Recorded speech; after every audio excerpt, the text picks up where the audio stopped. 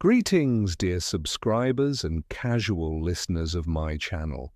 Fans of Harry Potter can easily be divided into two camps, those who tolerate the movie adaptations and those who still believe the films left out far too much. But there is one point on which many agree: some characters were actually improved in the movies. On the big screen they turned out brighter, deeper, or even more likable than in the original books. Today, let's take a look at the characters who definitely benefited from their on-screen versions. Enjoy the video. Number 1, Sirius Black. Let us start with a character who is simply adored in the films. Thanks to Gary Oldman, Sirius comes across as charismatic, noble, and emotionally warm. The perfect godfather who always puts Harry first. But in the books, Sirius is much more complicated. He is more selfish, at times even childish. He was jealous of Molly Weasley, annoyed when she tried to look after Harry, and didn't always prioritize his godson over his own emotional wounds. The movie version softened these sharp edges, turning Sirius into someone you can love without hesitation. Number 2, Draco Malfoy. Draco is one of those rare characters whose on-screen portrayal became significantly deeper. Tom Felton played a huge role in this. He brilliantly conveyed Draco, his fear, doubt, and inner struggle in the later films. The movies gave him more screen time than the books. In the latter, we see Draco only through Harry's perspective, which means mostly his arrogance and hostility. The books leave little room for nuance there. Malfoy is simply a typical schoolyard antagonist, but on screen he became a fully fledged tragic figure. Number 3, Amos Digory. Book: Amos is a very controversial character. He loves boasting about Cedric and is barely capable of acknowledging anyone else's accomplishments. His first meeting with Harry is a mixture of bragging and outright rudeness. But in the film he's warm and open. He quickly connects with Harry and the Weasleys, supports the tournament participants, and overall seems much kinder than his literary counterpart. This is a case where the movie essentially created a different character, more pleasant and more humane. Number 4, Percy Weasley. The reason Percy is on this list is simple: he is barely in the films at all. In the books, he's one of the most irritating characters, overly ambitious, uptight, and willing to turn his back on his own family for his career at the ministry. His behavior in Order of the Phoenix angered many readers. But in the films, Percy never gets a chance to be disliked. He appears as a responsible prefect, does his job, and disappears. The conflict with his family is completely removed, and those who only watched the films have no idea how conflicted he was in the books. Number 5, Hermione Granger. And finally, one of the clearest examples, book. Hermione is brilliant, passionate, and incredibly hard-working, but she's far from perfect, sometimes arrogant, irritating, overly strict, and her appearance is described as quite plain. Until the 4th year, even her classmates teased her about her front teeth. The films, however, turned Hermione into an almost ideal figure. She is smart, beautiful, calmer, and more composed than her book version, and Emma Watson's portrayal transformed her into the perfect modern heroine. Some fans even felt she was too perfect. Number 6, Narcissa Malfoy. In the books, Narcissa Malfoy stands quietly in the background, elegant but distant. She appears in brief scenes, usually at Lucius' side, her loyalty tied tightly to family reputation and pure blood tradition. Rowling describes her voice as cold and proud, and for a long time that is all readers truly see. She is a mother, yes, but her emotions stay hidden behind etiquette and pure-blood manners. Her potential as a complex character remains largely unexplored. The films change everything with one scene. Helen McCrory turns Narcissa into a woman driven not by ideology but by love. When she kneels beside Harry in the forest and whispers, "Is Draco alive?" her voice trembles with fear only a mother can understand. Harry nods. She rises. She lies to Voldemort with chilling calm. That lie saves Harry's life and changes the course of the battle. In that moment, Narcissa stops being a quiet background presence. She becomes a mother willing to betray the Dark Lord himself to protect her son. The films transform her into one of the saga's most quietly heroic figures. Number 7. Minerva McGonagall. In the books, Professor McGonagall is the embodiment of discipline. Her voice is sharp, her rules unbending, and her patience thin. Harry often notes the way her mouth tightens into a thin line whenever students misbehave. She is respected, even admired, but she rarely steps outside the role of stern authority. Emotional moments exist, like when she fiercely defends Harry after Umbridge punishes him, but they are brief, almost hidden between the lines. McGonagall is strong, but the books keep her guarded. The films unlock a different side of her. Maggie Smith brings a quiet fire to the character, turning her strictness into something warm and commanding at the same time. In Harry Potter and the Deathly Hallows Part 2, when she casts Peototum Locomotor and whispers with childlike excitement, "I've always wanted to use that spell," the moment electrifies the scene. It's playful, unexpected, and instantly iconic. Smith's McGonagall becomes someone who can terrify a classroom and still make an audience smile, all in the same breath. Her confrontation with Snape in the final film seals her legendary status. The duel is swift, elegant, and filled with unspoken history. Each spell hits with force, and the way she steps forward, unyielding, protective, fearless, shows a power the books never fully display. In that instant, she transforms from strict professor to warrior. The films take a character readers respected and turn her into one they cheer for, creating a version of McGonagall that shines brighter, louder, and more brilliantly than ever before. Number 8. Ginny Weasley. In the books, Ginny Weasley spends much of the early story lingering in the background. She blushes around Harry, hides behind her brothers, and rarely speaks up. Even Hermione admits in Chamber of Secrets that Ginny used to be very shy. Rowling eventually turns her into a bold, talented witch, but the shift comes late. For a long time, she feels more like a supporting detail than a fully realized heroine. The films choose a different path. From her first confident line in Prisoner of Azkaban, Bonnie Wright plays Ginny with quiet strength. She moves through scenes with purpose. She hexes opponents without hesitation. Her Quidditch match in Half-Blood Prince shows her as the kind of athlete who can command a field, not just watch from the stands. One small but telling moment comes when she ties Harry as shoelace before a game.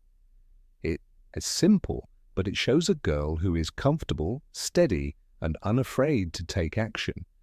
Traits the early books barely hinted at. Even if the Harry-Ginny romance feels rushed on screen, Ginny herself stands taller in the films than on the page.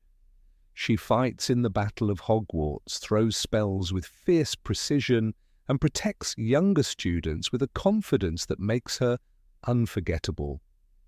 The movies give her the presence and independence readers always hoped she would have. Instead of being just Ron's little sister, she becomes one of Hogwarts' strongest young witches, sharp, brave, and entirely her own person. Number 9. Neville Longbottom. In the early books, Neville Longbottom drifts through scenes like a walking apology. He forgets passwords, loses his toad, and stumbles through lessons with shaking hands. Even Professor Snape mocks him, once saying his potion was so wrong it dangerous even to smell. Rowling uses him as gentle comic relief, a boy living permanently in the shadow of Harry, Ron, and Hermione. His bravery flickers only in rare moments, hinting at something deeper, but not yet fully formed. On screen, that hidden fire slowly comes into view. Matthew Lewis grows into the role with striking naturalness. His posture straightens, his voice strengthens, his eyes harden with purpose. By Harry Potter and the Deathly Hallows Part 2, Neville is no longer the trembling first year who dropped his remembrall. He's the young man who walks onto the bridge at Hogwarts and stands between Voldemort's army and the students who refuse to kneel. The films give him more presence, more weight, and more chances to show the courage that was always waiting underneath. One of the most powerful scenes comes during the final battle. In the book, Neville pulls the sword of Gryffindor from the Sorting Hat after enduring Voldemort's torture, and Rowling writes that with a single stroke, Neville sliced off the snake head. The moment is heroic, but the film builds to it with even greater force. Neville limps forward, covered in dust and blood, staring Voldemort in the eyes. He speaks with a trembling but steady voice about friendship, loyalty, and refusing to give in. He looks terrified but refuses to break. When he finally raises the sword, it isn't just an act of bravery. It's the completion of a transformation years in the making. By the end, Neville stands as one of the story's quiet champions. Matthew Lewis helps turn him from a nervous, clumsy boy into a symbol of defiance. He becomes the kind of hero who doesn't need prophecy or destiny, only heart. The films let viewers witness that growth step by step, until the once-forgotten Gryffindor becomes the warrior who helps bring Voldemort, his empire, crashing down. Number 10. Lucius Malfoy. In the books, Lucius Malfoy stands tall and icy, a pure-blood elitist who rarely shows emotion. Rowling describes him with cold grey eyes and a voice that oozes superiority. He sneers, threatens, brags about his status, and believes the Malfoy name shields him from consequences. But he doesn't change much. He remains a static villain, more symbol than character, the polished mask of old wizarding prejudice. The films crack that mask open. Jason Isaacs plays Lucius with a silky menace in the early movies, but as Voldemort returns, the facade crumbles, his confidence fades. His hands tremble, his voice weakens. One of the most striking scenes comes in Deathly Hallows Part 1, when Voldemort holds Lucius' wand, turning it in his fingers while Lucius watches with silent dread. Isaacs' performance says everything. This is a man who once believed he ruled the room, now reduced to hoping he survives another day. The fear becomes unmistakable during the meeting at Malfoy Manor. Lucius hovers behind Voldemort, shoulders tense, eyes pleading. His desperation is almost painful to watch. When Bellatrix mocks him, he doesn't respond with arrogance, he looks defeated. Even Narcissa, usually reserved, steps ahead of him to speak. The proud patriarch of the Malfoy family becomes a ghost of himself. The contrast is powerful because it shows consequences the books only hint at. By the final film, Lucius barely resembles the intimidating figure from earlier chapters. He flinches at every order. He stumbles, unshaven, exhausted, stripped of his influence. The man who once towered over others with disdain now clings to his family as his only anchor. Thanks to Isaacs, Lucius becomes a tragic portrait of pride destroyed, not just a villain, but a frightened man watching his world collapse piece by piece. Number 11. Arthur Weasley. In the books, Arthur Weasley is warm, kind, and wonderfully curious about the Muggle world. He asks Harry endless questions like what exactly is the function of a rubber duck, and beams with genuine fascination. Yet Rowling often writes him as a little absent-minded. He drifts through scenes with gentle humour, not always showing the confidence or authority expected from the head of such a large family. At times he feels like a man who lets life sweep him along rather than someone who stands firmly in its path. The films reshape Arthur into something stronger. Mark Williams plays him with the same sweetness, but adds a quiet backbone behind the smile. His Arthur watches over his children with the eyes of someone who knows the world is darker than they realize.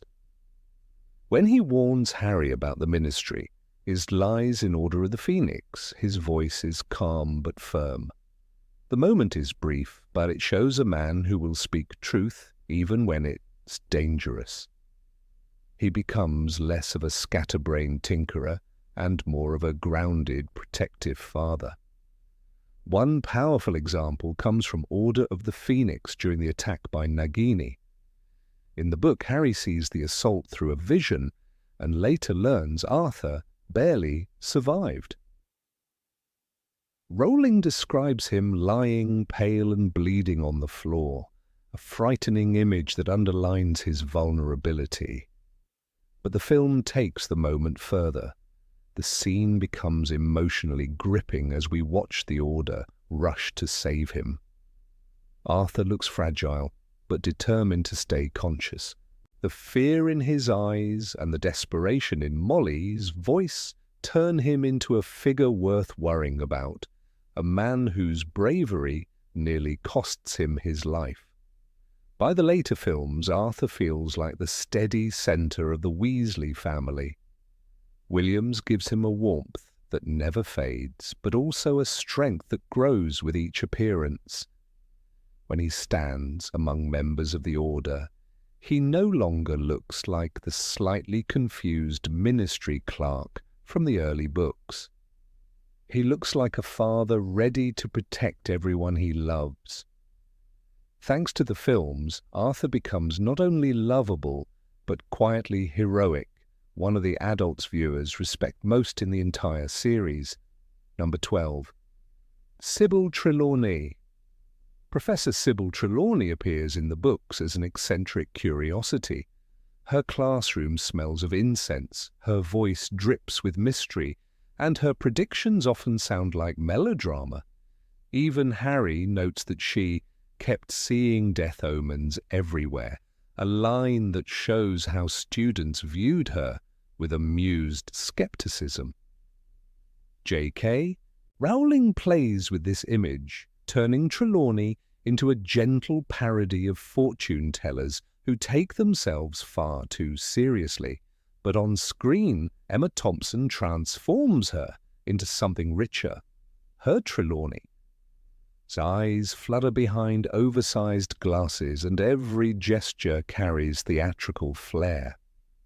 She glides through the divination classroom like a ghost searching for meaning.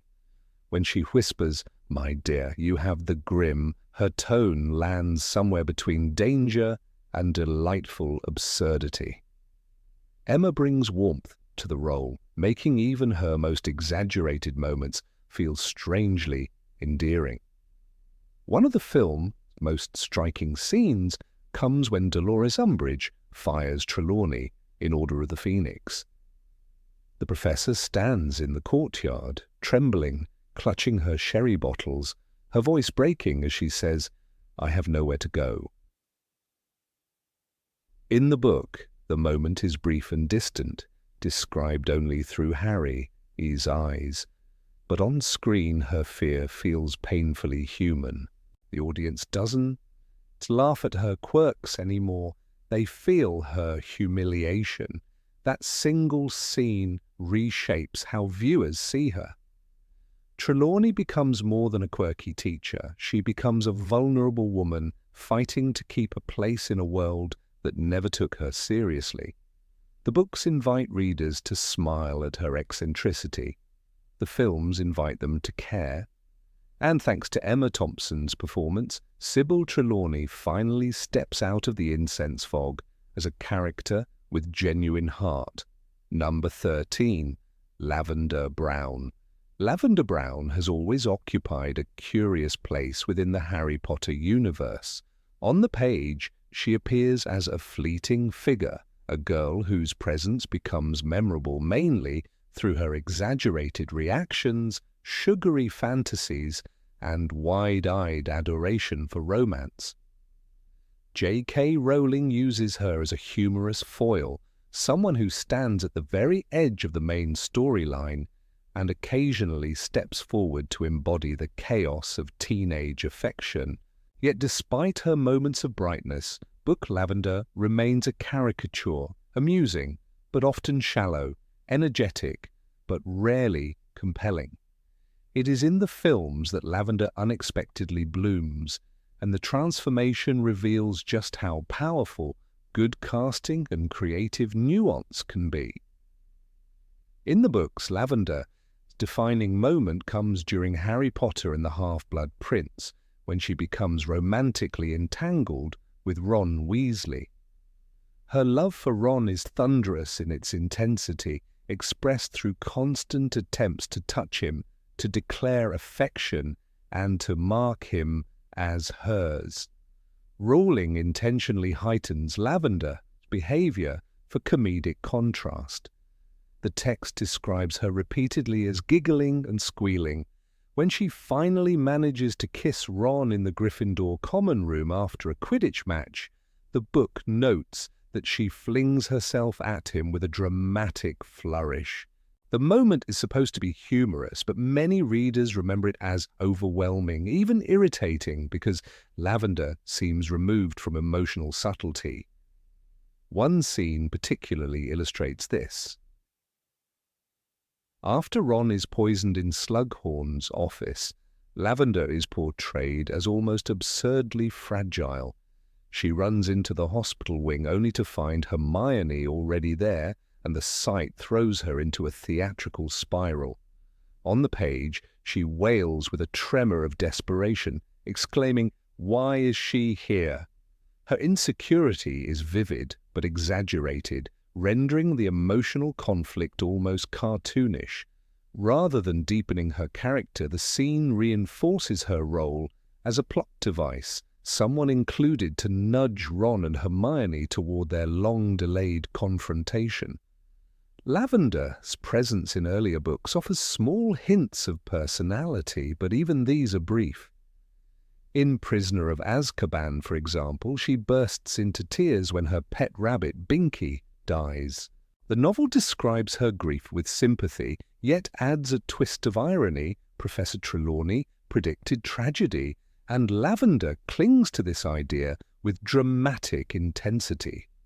Harry silently questions the logic, thinking that the rabbit's death hardly validates Trelawney's Salsi prophecy. The moment is poignant, yet it also paints Lavender as gullible and overly emotional, a girl easily swayed by theatrics. Moments like this accumulate and shape our impression of her as fundamentally shallow. This is why her transformation in the films is so surprising. On screen, Lavender Brown does not simply repeat what was written, she becomes a new interpretation altogether. Actress Jessie Cave turns a minor side character into a charmingly comedic presence who steals her scenes with impeccable timing. Cave's Lavender is still over the top, still obsessed with Ron, and still prone to melodrama. However, what the films add, and what the books never grant, is charisma, Lavender moves with a confidence that makes her absurdity delightful. Her wide-eyed infatuation becomes not a nuisance, but a source of humor that enriches the teenage atmosphere of the story. The filmmakers highlight this shift through visual storytelling. Lavender, style with its pink ribbons, heart-shaped patterns, and breathless enthusiasm, becomes a bright spotlight in the darker tones of Half-Blood Prince. Her exaggerated expressions are not meant to ridicule her, but to evoke the real, unfiltered intensity of teenage crushes. When she draws a heart on the fogged window of the Hogwarts Express with the initials R+L, the audience laughs not in irritation, but in fond recognition of adolescent impulse. It is a moment that feels authentic, playful, and beautifully human. Jessie Cave's performance truly shines during the legendary hospital wing scene. Unlike the book, which frames Lavender as theatrically insecure, the film reimagines her insecurity as comic frustration. When she sees Hermione at Ron's bedside, her expression collapses into an exaggerated mask of wounded disbelief. The jealousy remains, but it is infused with a comedic rhythm that draws the audience in. Instead of appearing frustrating, Lavender becomes almost endearing. A girl whose emotions run so intensely that she can contain them, a figure as humorous as she is relatable. One of the clearest examples of Lavender improved portrayal appears in the scene where she proudly proclaims Ron as her boyfriend by whispering the now iconic 1-1. The nickname exists in the books, but when Jessie Cave says it, it transforms from an annoyance into a cultural touchstone among fans. The nickname becomes a comedic gem carried with the whimsical confidence of someone who is completely, recklessly in love. The delivery makes the audience smile even when Ron winces, which subtly shifts the tone of their relationship. What was written as an almost parasitic romance becomes, on screen, a playful and vivid illustration of teenage mismatches. The storytelling advantage of the films lies in their ability to use facial expressions, pacing, and physical gestures to fill emotional gaps. Lavender's enthusiastic wave at Ron from across the Great Hall, her breathless grin when she appears beside him, and her over-decorated holiday gifts all carry layers of meaning that books cannot convey with such immediacy. The films turn her into a person we recognize from our own school days, the friend who falls head over heels for someone without any filter, the girl whose entire world becomes one crush, one emotion, one dream. This shift also serves the story thematically. Lavender's bold and humorous romantic pursuit accentuates the emotional tension between Ron and Hermione in a way the books hint at but rarely allow to breathe. In the novels, Hermione's jealousy burns with quiet intensity. In the films, Lavender's cheerful intrusions amplify Hermione's reactions without overshadowing them. As a result, the love triangle becomes richer. Lavender unknowingly acts as a catalyst, transforming the simmering, unspoken tension between Ron and Hermione into something more visible and dramatically satisfying. Number 14, Luna Lovegood. Luna Lovegood entered the world of Harry Potter as one of the most enigmatic students Hogwarts had ever seen. With her radish earrings, upside-down magazine pages, and belief in creatures that no one else could confirm, she made readers pause, tilt their heads, and ask whether she was merely comic relief. In Harry Potter and the Order of the Phoenix, her first appearance on the page, she floated onto the Hogwarts Express with a dreamy calmness that contrasted sharply with the looming darkness of Voldemort's return. Many readers admired her oddities, yet a surprising number dismissed her as a whimsical distraction. She was loony to her peers, and for a moment, to some readers as well. But something deeper, something essential, pulsed beneath the surface of this ethereal girl. The books provided subtle hints that Luna's eccentricity masked a quiet wisdom. When she told Harry, "Things we lose have a way of coming back to us in the end, if not always in the way we expect," she did more than state a comforting belief. She revealed a philosophy shaped by loss, resilience, and emotional intelligence. Yet the weight of such lines often slipped through unnoticed. In the crowded landscape of the novels, next to characters like Hermione, Snape, Sirius, and Dumbledore, Luna's complexity risked being swallowed. Her narrative was gentle, calm, and easy to overlook unless one read carefully. For some readers, she remained a side figure, charming but strange, humorous but seemingly minor. Everything changed when the films introduced Evanna Lynch.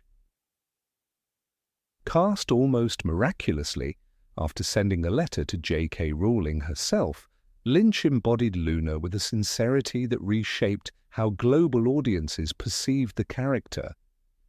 Her very presence radiated the essence of Luna as interior life, soft-spoken, airy, but surprisingly grounded. Through her, Luna transcended the written page and became not a caricature, but a soul. Lynch's physicality, the drifting walk, the faraway gaze, the delicate smile, created an authenticity that made even skeptics fall quietly in love with the girl who saw the world differently. One of the striking examples of the improvement comes in Luna, a scene with Harry after Sirius as death. In the book, the conversation is meaningful but subtle, nestled within the rapid emotional collapse Harry experiences. Luna tells him she also hears voices behind the veil, a confession that links their grief. On screen, however, this moment becomes a turning point. Lynch's performance gives Luna an otherworldly tenderness. The camera lingers on her calm expression, transparent and sincere. Her delivery of the line, "Things we lose have a way of coming back to us in the end," becomes not just wise, but healing.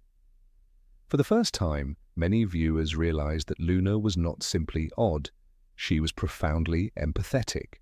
The films elevated Luna, symbolism. She became the embodiment of inner peace amid chaos, a reminder that softness is not weakness but a different form of strength. While the novels paint her as brave in the face of ridicule, the films highlight this bravery visually. Her serene posture in scenes where others panic makes her a stabilizing force. When she calmly supports Harry during Dumbledore's army meetings, viewers see her not as the strange girl on the margins, but as one of the most grounded members of the group. She listens, understands, and encourages without demanding recognition. Evanna Lynch also clarified the nuances of Luna's beliefs. In the books, Luna's insistence on creatures like the crumple-horned snorkack can be read as whimsical nonsense, but Lynch's portrayal turns the belief into a symbol of innocent hope, not gullibility, but a refusal to surrender imagination even in wartime. It was touching rather than ridiculous. She speaks about these creatures with such gentleness that viewers sense an emotional purpose, a way to stay connected to her father Xenophilius and to the memory of her mother Pandora Lovegood. The films highlight this connection more vividly, giving emotional depth to details that could feel absurd on the page. Many readers overlooked how sharp Luna truly was until they saw Lynch's interpretation. Her intelligence is not Hermione, Is academic precision, but a perceptive, intuitive understanding of people. When she tells Harry that she supports him simply because she believes him, her sincerity becomes a form of loyalty, stronger than logic. The film accentuates this, Lynch. Quiet voice and steady gaze lift the moment beyond dialogue. She offers emotional clarity at a time when other students doubt Harry is sanity. Her empathy becomes a narrative force. Even visually, the film's turned Luna into an icon. Costume designer Gianni Tamim created a palette for her that reflected inner light. Pastel colors, flowing fabrics, quirky accessories. These choices, combined with Lynch embodiment, transformed Luna into a walking symbol of individuality. Readers may have imagined her oddly dressed, but the films made that oddness beautiful.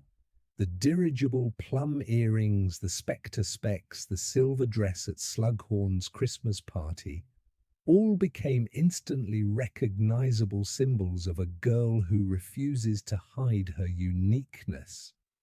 A particularly defining moment in the films occurs during Bill and Fleur's wedding, when Luna compliments Harry as disguised with an honesty that borders on disarming. In the book, her comment is amusing. In the film, it becomes a small but emotional reminder that Luna sees people beyond appearances. Her voice is light, but her insights cut deeper than many characters who speak with authority. She notices truths others ignore. This moment reinforces her role as the quiet observer who understands the world through intuition rather than logic. Her bravery gains heightened attention as well. In the novels, Luna fights at the Department of Mysteries and later in the Battle of Hogwarts, but the scenes are packed with action, leaving little room for character-focused reflection. The films, by contrast, place the camera on her frequently, framing her as courageous in her own unconventional way. She may not roar like Ginny or strategize like Hermione, but her resolve is unwavering. She stands her ground with wand in hand, her posture still serene, embodying fearlessness without aggression. Number 15. Argus Filch. In the world of Harry Potter, Argus Filch is a character who evokes an immediate sense of discomfort. In J.K. Rowling's books, he is the ever-present figure of authority in Hogwarts, a caretaker whose sour nature and love for punishment set him apart from other staff members. He is portrayed as a deeply unpleasant person, someone who thrives on the misery of students. As the school caretaker, he frequently punishes students for minor infractions, making him a common antagonist for the young wizards and witches. Filch is, without question, a figure of authority, but he is not a figure of respect. His gruff nature and obsessive need to enforce rules leave him more feared than admired. Filch's role in the books is that of a traditional villain, albeit a somewhat comical one. While he is feared by the students, the animosity he elicits is more of a caricature of authority, rather than an embodiment of real menace. He enjoys making life harder for the students, and it's clear that he takes pleasure in punishing them for what many might consider small offences. This is most evident in his relationship with Harry Potter and his friends, who often find themselves on the receiving end of his petty cruelties. He is not a sophisticated villain, but rather a crude one, more concerned with control than any deeper sense of justice. However, the transformation of Argus Filch from a purely menacing figure to a more complex and somewhat endearing character comes in the Harry Potter films. Played by David Bradley, Filch in the movies becomes more than just the typical antagonist. The shift is subtle but profound, and it begins with Bradley's performance. His portrayal of Filch, while still rooted in the character's cantankerous nature, imbues him with a unique mix of humour and vulnerability. Bradley's Filch is, in a way, a comic figure. His facial expressions, often exaggerated to the point of caricature, add layers to a character who, in the books, might have been one-dimensional. While Filch in the novels is largely a character to be despised, in the films he becomes someone to laugh at and, occasionally, even to sympathise with. One of the standout moments that encapsulate this shift is the scene during the Battle of Hogwarts, when Filch, armed with a cannon, races through the castle. This moment, both absurd and unexpectedly heroic, is a perfect example of the evolution of Filch as character in the films. It's difficult to imagine this scene playing out in the same way in the books, where Filch's role is more firmly entrenched in the realm of petty authority. In the films, Filch is given a much broader sense of purpose. He is still the grumpy, rule-abiding figure that the students love to hate, but he is also a more vulnerable character, whose bitterness is rooted in a deep sense of inadequacy. This vulnerability is something that the films bring to the forefront, especially through the lens of David Bradley's performance. In one of the key moments, the films reveal Filch's inability to perform magic, which is a significant source of his bitterness. Unlike many of the other staff members at Hogwarts, Filch is a squib, someone born into the magical world but without the ability to use magic. And this information is revealed through a conversation with Harry in Harry Potter and the Sorcerer's Stone, and it adds a layer of complexity to Filch as character. This new depth to Filch as character is a testament to how film adaptations can sometimes expand upon characters who might otherwise be secondary figures in a book.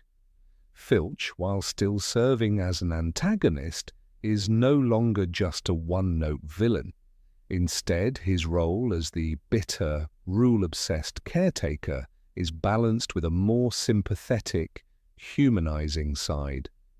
The films explore his inner frustrations with a world that seems to reject him, even as he is expected to enforce its rules. His gruffness is no longer just a surface-level trait. It becomes the result of a life spent in the shadows of magic, and the weight of that struggle is made evident through Bradley's performance. The comedic elements that come with this transformation are not to be overlooked, however. Filch's tendency to get in over his head, particularly during scenes where he is caught up in the chaos of Hogwarts' larger events, serves as a great source of humour. His frantic run with a cannon, his exaggerated attempts to punish students, and his general lack of competence in any situation that requires more than basic rule enforcement all contribute to his status as a memorable and even likeable character. He becomes a figure that the audience can both laugh at and appreciate, not because of his authority, but because of his complete and utter ineptitude. This comedic side of Filch is important because it serves to lighten the atmosphere of the films. The Harry Potter films, particularly as they move into darker territories in later installments, are known for their moments of levity, and Filch provides that. His bumbling presence provides a necessary break from the more serious moments, and his antics offer the audience a brief reprieve from the tension that builds throughout the films. The contrast between his ridiculousness and the serious threats facing the students of Hogwarts highlights the absurdity of some of the everyday struggles that the characters face. Filch's presence in the background serves as a reminder that not all is dire in the world of Harry Potter. Number 16, Fleur Delacour. In the Harry Potter books, Fleur Delacour initially comes across as a character who could easily fit into the archetype of a glamorous beauty, the kind whose superficial charm masks an underlying shallowness. From the very first time she is introduced in The Goblet of Fire, Fleur strikes a chord as a stunning and almost untouchable figure, exuding an air of self-assurance that borders on arrogance. Her stunning looks, her confident demeanour, and the almost exaggerated French accent make her a perfect match for the role of a diva.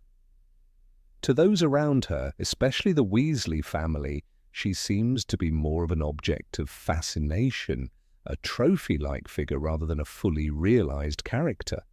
Her relationship with Bill Weasley, too, seems to be viewed with scepticism at first. The chemistry between them appears superficial, as though Fleur is more interested in the idea of marrying a hero than in the man himself. However, the books leave readers to question the depth of Fleur's love for Bill. Her commitment to him seems to lack the substance that could make it believable. In many ways, Fleur comes off as a character who is still evolving, still finding her place among the others, her beauty and status more of a defining trait than anything else.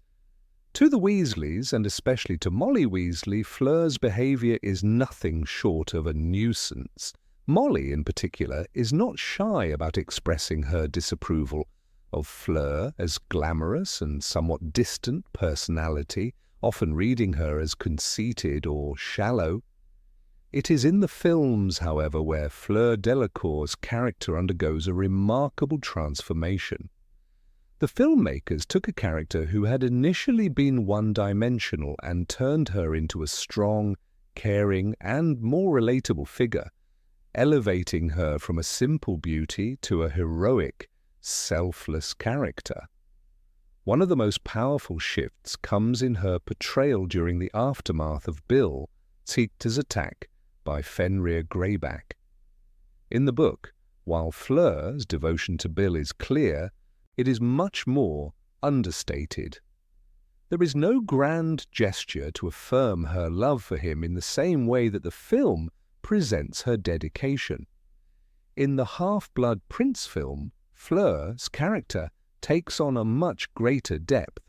When Bill returns to the burrow after being savagely attacked and permanently scarred by Greyback, Fleur's reaction is one of unfaltering loyalty. The films do not shy away from showing her genuine affection and the depth of her feelings for Bill, and they add layers of complexity to her character that the book only hinted at. In a particularly touching scene, Fleur decides not to leave Bill despite his disfigurement, an act of devotion that speaks volumes about the sincerity of her love. It is a pivotal moment in her development, marking her departure from the stereotypical role of the beautiful, somewhat self-absorbed young woman.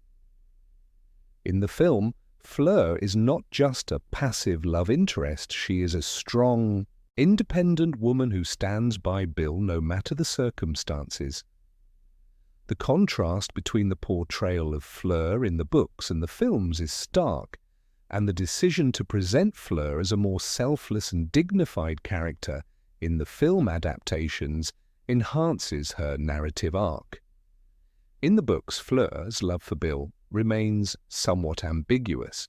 While she clearly cares for him, her character is not given enough room to truly blossom into someone whose love and loyalty could be questioned no more. But in the films, Fleur is allowed to express a depth of feeling that shows her to be far more than a pretty face or a French stereotype. She becomes a figure of strength, courage, and loyalty, the qualities that make her a truly admirable character. The filmmakers' choice to depict Fleur's love for Bill as unwavering is a decision that has an enormous emotional impact. Fleur's refusal to abandon Bill after his injury is a turning point for her character. In the book, the Weasleys are not overly thrilled about Fleur's relationship with Bill, as they view her as someone who might never truly fit in with their humble lifestyle. They are wary of Fleur's beauty and her seemingly superficial charm, but the film showcases her emotional depth and moral fortitude, making her an integral part of the Weasley family. This moment is particularly striking because it demonstrates Fleur's ability to transcend the judgment that others have passed on her, as well as the prejudices that often accompany her status as a beautiful outsider. Her character in the films also reflects the ideal of selfless love, something that is often central to the Harry Potter series. Fleur, determination to stay with Bill despite his disfigurement, and the reaction of those around her highlights the theme of unconditional love that runs throughout the series. By making this decision, Fleur is not just choosing to stay with Bill because of his heroic status or his charming personality, she is choosing him because she loves him for who he truly is, scars and all. This act of devotion serves to transform her from a somewhat shallow figure into a noble one, whose beauty becomes symbolic of her inner strength rather than her external appearance. Furthermore, the film adaptation allows Fleur's bravery to shine through in a way that the books only hinted at.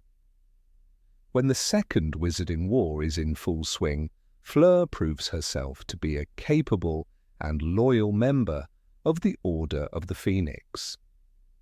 She becomes an important figure in the fight against Voldemort and his followers, taking on a more active role than she did in the books. The films show her fighting alongside Bill, becoming a powerful ally and partner in the battle.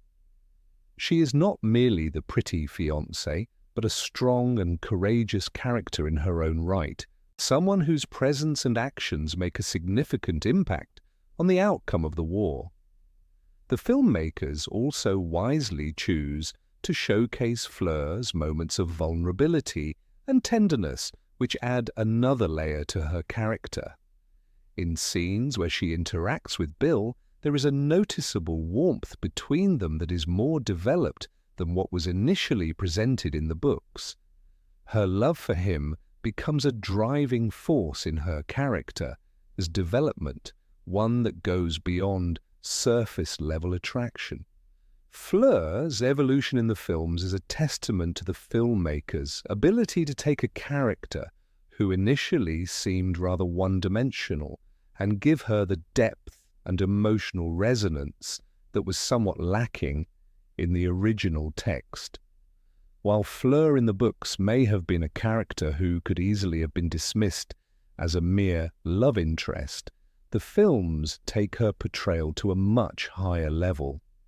She becomes an example of how one can take a character that, on the surface, might seem shallow or one-dimensional and transform them into someone with incredible strength, depth, and complexity. Fleur's journey from a mere beauty to a noble, selfless, and courageous woman is one of the most significant character improvements in the film adaptations of Harry Potter. Her transformation into a symbol of loyalty, love, and bravery is a narrative that resonates deeply with the themes of the series. In the end, Fleur Delacour in the films is not just a character who has been improved from her book counterpart. She is someone who has been given the room to truly shine, embodying the values of love, strength, and courage in a way that enhances the overall narrative. This evolution from a surface-level character to a fully realized and heroic figure is one of the film series' most successful reinterpretations. Number 17. Peter Pettigrew. In J.K. Rowling's Harry Potter series, Peter Pettigrew is a character who invokes a curious blend of contempt, confusion, and pity. In the books, he is depicted as a cowardly, treacherous figure, a traitor who plays a pivotal role in the fall of the Potters, leading to the eventual rise of Lord Voldemort. He is, for all intents and purposes, a character whom readers are supposed to despise. His portrayal in the text is a shadow of a man, someone who can barely summon the courage to stand on his own 2 feet, yet whose actions have catastrophic consequences. However, when he is brought to life on the screen, under the direction of the film adaptations, this pitiful figure is given a new dimension, one that takes him from the pages of a book into the uncomfortable, palpable realm of reality. The character of Peter Pettigrew, as conceived by Rowling, is the ultimate symbol of cowardice, a man whose betrayal is rooted not in any great ideological shift, but in fear, self-preservation, and a need to avoid confronting the moral consequences of his actions. When we first encounter him in the books, he is a faint memory of a once loyal friend, a background player in the tale of Harry's parents. His cowardice is evident in the way he chooses to align with Voldemort, not out of any grand ambition or belief in the Dark Lord's cause, but out of sheer terror. His fear is so overpowering that it leads him to betray his best friends James and Lily Potter to Voldemort, even though it is clear that this betrayal comes at the expense of everything he once stood for. He does not act out of malice, but rather out of a deep-seated terror of losing his place in the world, of being rendered insignificant. However, in the film adaptations, director Chris Columbus and the filmmakers faced the daunting task of making this pitiable character feel real, human, and believable. Peter Pettigrew's transformation from the page to the screen could easily have been a disaster. He could have become just another forgettable, evil character, but they did something remarkable. They made him disgusting, yes, but they also made him empathetic in a way that is rare for a villain. They achieved this through the performance of Timothy Spall, who embodied Pettigrew with a level of grotesque realism that made every interaction with the character a test of emotional endurance for the viewer. The actor, the portrayal of Peter in the films, is a masterclass in physicality and expression. Spall's Pettigrew is not merely a sycophantic lackey to Voldemort, nor a cowardly footnote in the story of the Potters. He is a flesh and blood character, pitiable and grotesque, yes, but unmistakably human. Spall brings an intensity to the role that is both uncomfortable and compelling. Each moment he is on screen is tinged with a sense of unease, as the viewer can almost feel the cold sweat of his fear. Spall's portrayal is so effective because it forces us to confront the uncomfortable reality that Pettigrew's cowardice is not so alien. It is not a quality that we can dismiss with disdain, but one that we recognize, perhaps even within ourselves. In this way, Spall's performance transcends the mere mechanical depiction of an evil character. It forces us to reckon with the real-life implications of his betrayal. When we first meet Peter in the films, it is through Harry's eyes, and he is nothing more than a rat hiding in plain sight, a creature that has somehow evaded detection despite its overwhelming significance. This is the first glimpse we get of how Spall has humanized the character. There is something deeply unsettling about watching a man like Peter, so clearly self-serving, crawl into the shadows, seemingly content with his cowardice, willing to sacrifice others to preserve his own life. But Spall's portrayal adds a layer of vulnerability to the character that makes him more than just an object of hatred. We are forced to ask ourselves, why does he do what he does? Why is he so afraid? And ultimately, what is the cost of his fear? Pettigrew. His cowardice is not simply about being weak. It is about being consumed by self-preservation. In his eyes, survival is the only goal, and he will sacrifice anything, friendship, loyalty, integrity, to achieve it. This, too, is something that Spall's performance brings into stark relief. The actor doesn't just play a man who is frightened, he plays a man whose fear defines every action, every choice, until it consumes him entirely. There is a moment in the films, particularly in The Prisoner of Azkaban, where Pettigrew's actions feel like a warning about the dangers of unchecked cowardice. We see him scurry to the safety of those more powerful than him, throwing his former friends under the bus without so much as a second thought. But the real horror comes not in his betrayal of the Potters, but in his willingness to stay loyal to Voldemort, a dark lord who symbolizes everything he once feared. There is a key scene in the third film where Pettigrew finally reveals his true nature when Harry, Ron, and Hermione confront him at the Shrieking Shack. It is here, in this confrontation, that Spall's performance takes center stage. As the character stammers and trembles, we see a man so consumed by fear that he can barely form a coherent thought. He is a pitiful creature, reduced to pleading for his life, begging for forgiveness even as he continues to justify his actions.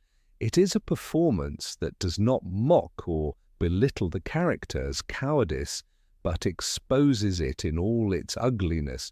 Pettigrew's pleading is uncomfortable because we can see the human truth beneath it. He is not simply evil, nor is he merely a villain for the sake of drama. He is a man who is terrified to die, terrified to face the consequences of his actions. And in this terror, he is stripped of all dignity. In this pivotal moment, Spall manages to portray Pettigrew's fear without making it laughable. The trembling, the quivering voice, the desperation in his eyes, all of these elements come together to create a character who is pitiable without being forgivable. We are repulsed by him, but we also understand him. There is a certain humanity in Pettigrew's fear, and it is this humanity that makes him such a compelling character in the films. We are forced to confront the fact that his cowardice is not merely a plot device, it is an expression of something much deeper, something that resonates with the fundamental fragility of human nature. But perhaps the most striking thing about Spall's portrayal of Pettigrew is the way it forces us to acknowledge the impact of his betrayal. In the books, Peter is a secondary character, a footnote in the grand drama of Harry Potter's struggle against Voldemort. But in the films, he becomes something more. He is the embodiment of the consequences of fear, the tragic reminder that cowardice can lead to devastating consequences. Every time Peter appears on screen, we are reminded of the sacrifices made by Harry towards his parents and the innocent lives lost because of his actions. Spall's portrayal allows us to feel the weight of that betrayal in a way the books only hint at the end of the day. At the end, Peter Pettigrew is a tragic figure, one whose fears and betrayals have far-reaching consequences. In the films, he is not just a caricature of a coward, but a man whose fears drive him to commit unspeakable acts. And through Timothy Spall's extraordinary performance, we are forced to confront the uncomfortable reality that perhaps the greatest danger of all is not Voldemort or the Death Eaters, but the quiet, insidious power of fear. Fear that consumes, fear that betrays, and fear that in the end makes us all capable of unimaginable things. Number 18, Kingsley Shacklebolt. Kingsley Shacklebolt is a character whose cinematic portrayal vastly enhances the perception of his role within the Harry Potter universe.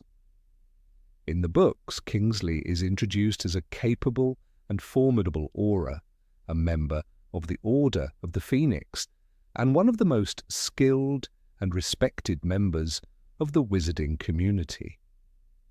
Despite these notable attributes, his presence often remains in the background.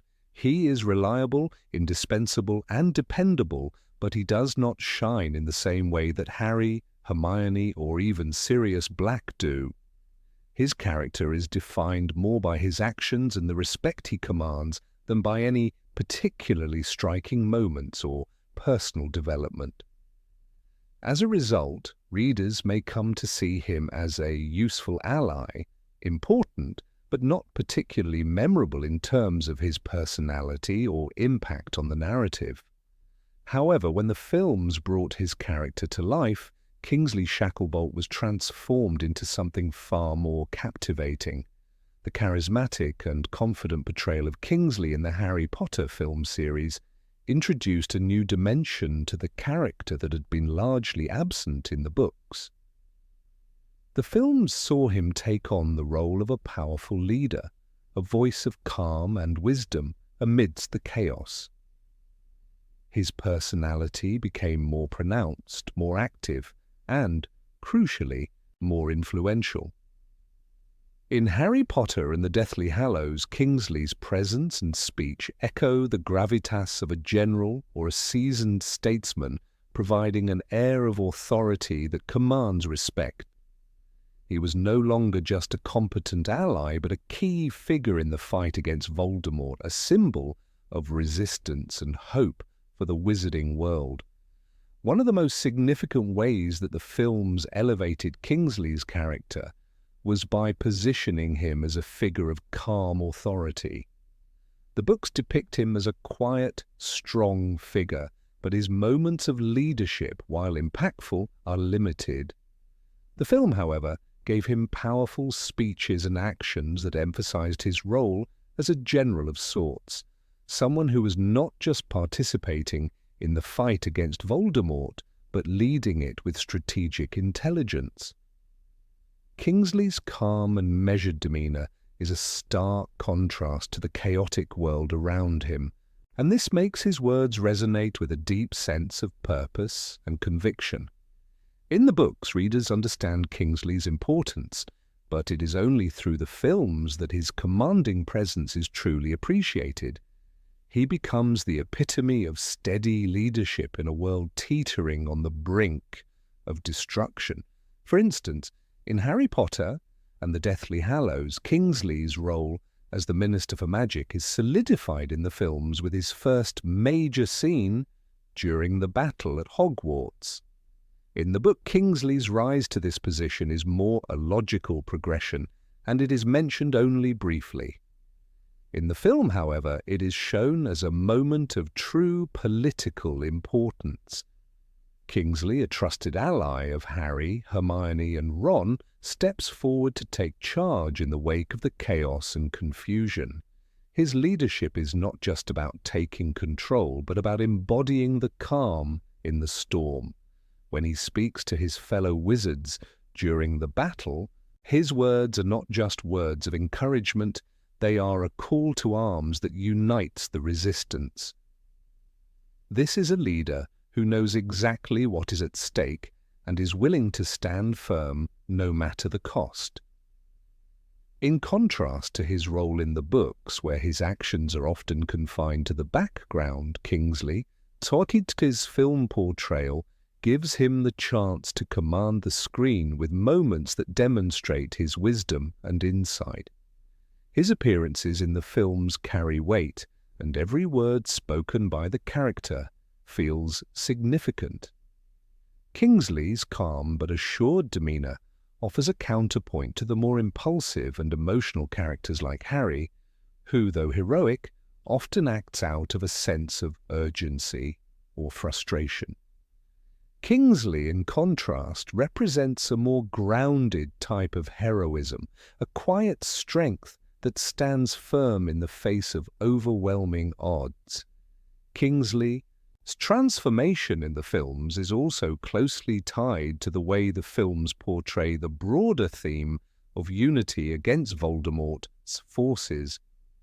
The books, while filled with moments of resistance, often focus more on the individual heroes, Harry, Hermione, Ron, and their personal struggles. In the films, however, there is a more concerted effort to show the collective fight against the Dark Lord, and Kingsley plays a crucial role in this. As the Minister for Magic, he becomes a symbol of unity among the wizarding community, someone who brings together different factions in the final stand against Voldemort. His role as a leader becomes more than just tactical. It is about maintaining hope and inspiring others to keep fighting. When Kingsley speaks in the film, it is not merely to direct or instruct, it is to instill belief in the cause and in the power of unity. The way Kingsley's character is handled in the films also highlights a crucial theme of the series, the importance of strength in diversity. Kingsley, a black man, is not just a token character but a fully realized leader in his own right. His elevation in the films serves as a reminder that leadership, heroism, and wisdom can come from all corners of society, not just the traditional faces of power. While the books made efforts to show Kingsley as a respected member of the wizarding community, the films pushed this idea further, giving him a voice and presence that felt universally important. In a world where Voldemort's forces sought to establish purity and hierarchy, Kingsley was a powerful counterexample of what true leadership and bravery looked like: unified, just, and inclusive. It is particularly telling that Kingsley's words in The Deathly Hallows are imbued with a sense of ancient wisdom. When he speaks to the wizarding world, it is as though he carries the weight of ages with him, a reflection of his years of experience fighting in the Order and against the forces of dark magic.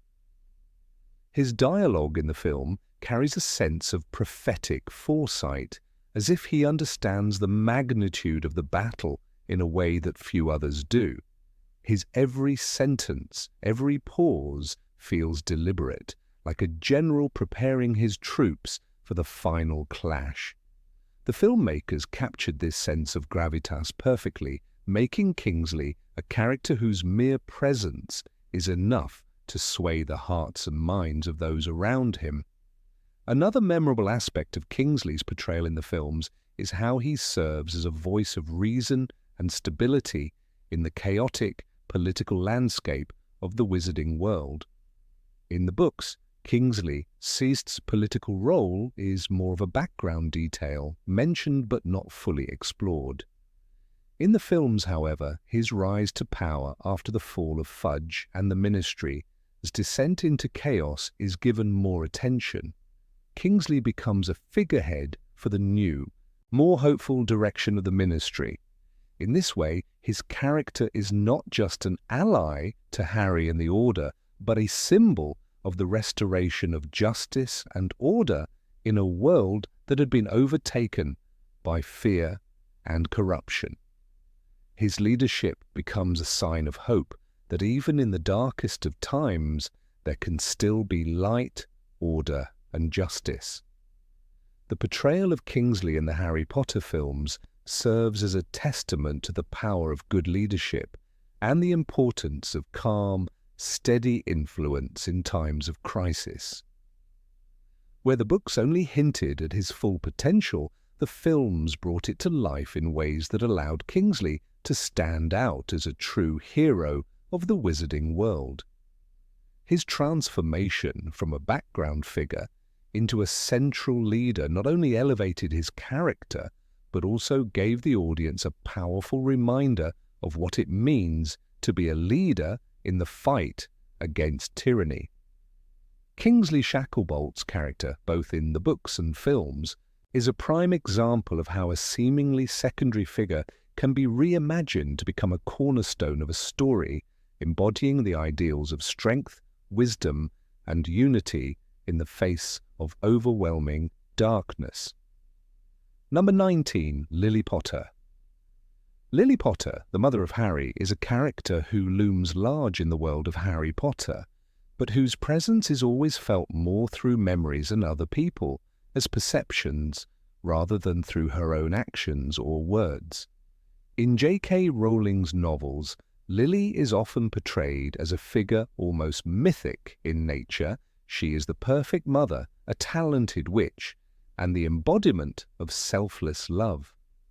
Yet for all of her importance to the story, Lily remains a distant figure in the books. Readers are introduced to her primarily through the recollections of others, and even though her sacrifice at the hands of Lord Voldemort is a pivotal moment in the plot, her character is largely painted in broad, idealized strokes. The films, however, give Lily more life, allowing her to emerge from the shadows of memory and become a more tangible presence in the Harry Potter universe. Geraldine Somerville's portrayal of Lily in the movies is a breathtaking achievement. The actress brings warmth, depth, and vulnerability to the character, adding layers of emotion that are somewhat absent from the books. Through her performance, Lily becomes not just the symbol of love and sacrifice, but a woman full of human complexities, someone whose love for her son transcends the mere act of protection and enters the realm of true maternal connection. The key difference between the Lily Potter of the books and the Lily of the films is the humanity that the film version brings. In the books, we know that Lily was loved by those around her, adored by her friends, and fiercely protective of her son. But we rarely see her in action, at least not in the way we do in the films. The films offer glimpses of Lily through memories, but these memories are not the same as the moments in which she actually speaks or interacts. One of the most powerful scenes in the films, and perhaps the most defining moment for Lily's character, comes in Harry Potter and the Deathly Hallows Part 2 during the pensive sequence. Here we are shown a brief but profound scene where Lily speaks to Harry, urging him to be brave. The tender way in which Lily says, "Be brave, Harry," is not just a mother's encouragement. It is a deep, resonant message that speaks to the core of Harry's journey. It is a moment that rings true because it adds a personal, emotional layer to a character who, until that point, had only existed in Harry's memories and the stories told by others. In the books, Lily is certainly idealized, and much of what we know about her comes from the second-hand accounts of those who knew her, like James Potter, Sirius Black, and Remus Lupin. They tell Harry about her kindness, her beauty, and her brilliance. Yet these accounts do not allow readers to truly see Lily, what drove her, how she felt, or what she was like on a day-to-day basis. In many ways, Lily's character is a figure of mythic proportions, akin to a saint or martyr, who existed more as a symbol of goodness than a fully fleshed-out individual. It is in the films that this abstraction is slowly dissolved, and we are allowed to experience Lily as a living, breathing woman. Geraldine Somerville's portrayal of Lily is key to this transformation. From the moment she appears on screen, the audience is struck by her warmth and grace. She exudes strength without ever being overbearing, embodying a kind of quiet resilience that is far more potent than the flashy heroics of other characters. Somerville's performance is imbued with an elegance that makes Lily appear timeless and yet deeply grounded in the world she inhabits. In Harry Potter and the Philosopher's Stone, when Lily's memory is conjured up by Harry's thoughts, her face is bathed in the soft glow of a mother's unconditional love. It is in these moments that the audience is allowed to see what Harry experiences and what makes Lily such a central figure in his life, even after her death. Perhaps one of the most poignant and heart-wrenching moments of Lily's portrayal comes in Harry Potter and the Deathly Hallows Part 1, when Harry looks into the pensieve and is able to witness a memory of his mother. In the film, this moment is given much more weight than it receives in the book.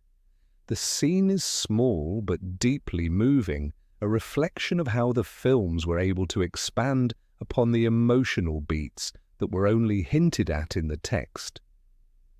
In the film, Lily's love is not just an abstract force, it becomes a visible, tangible thing.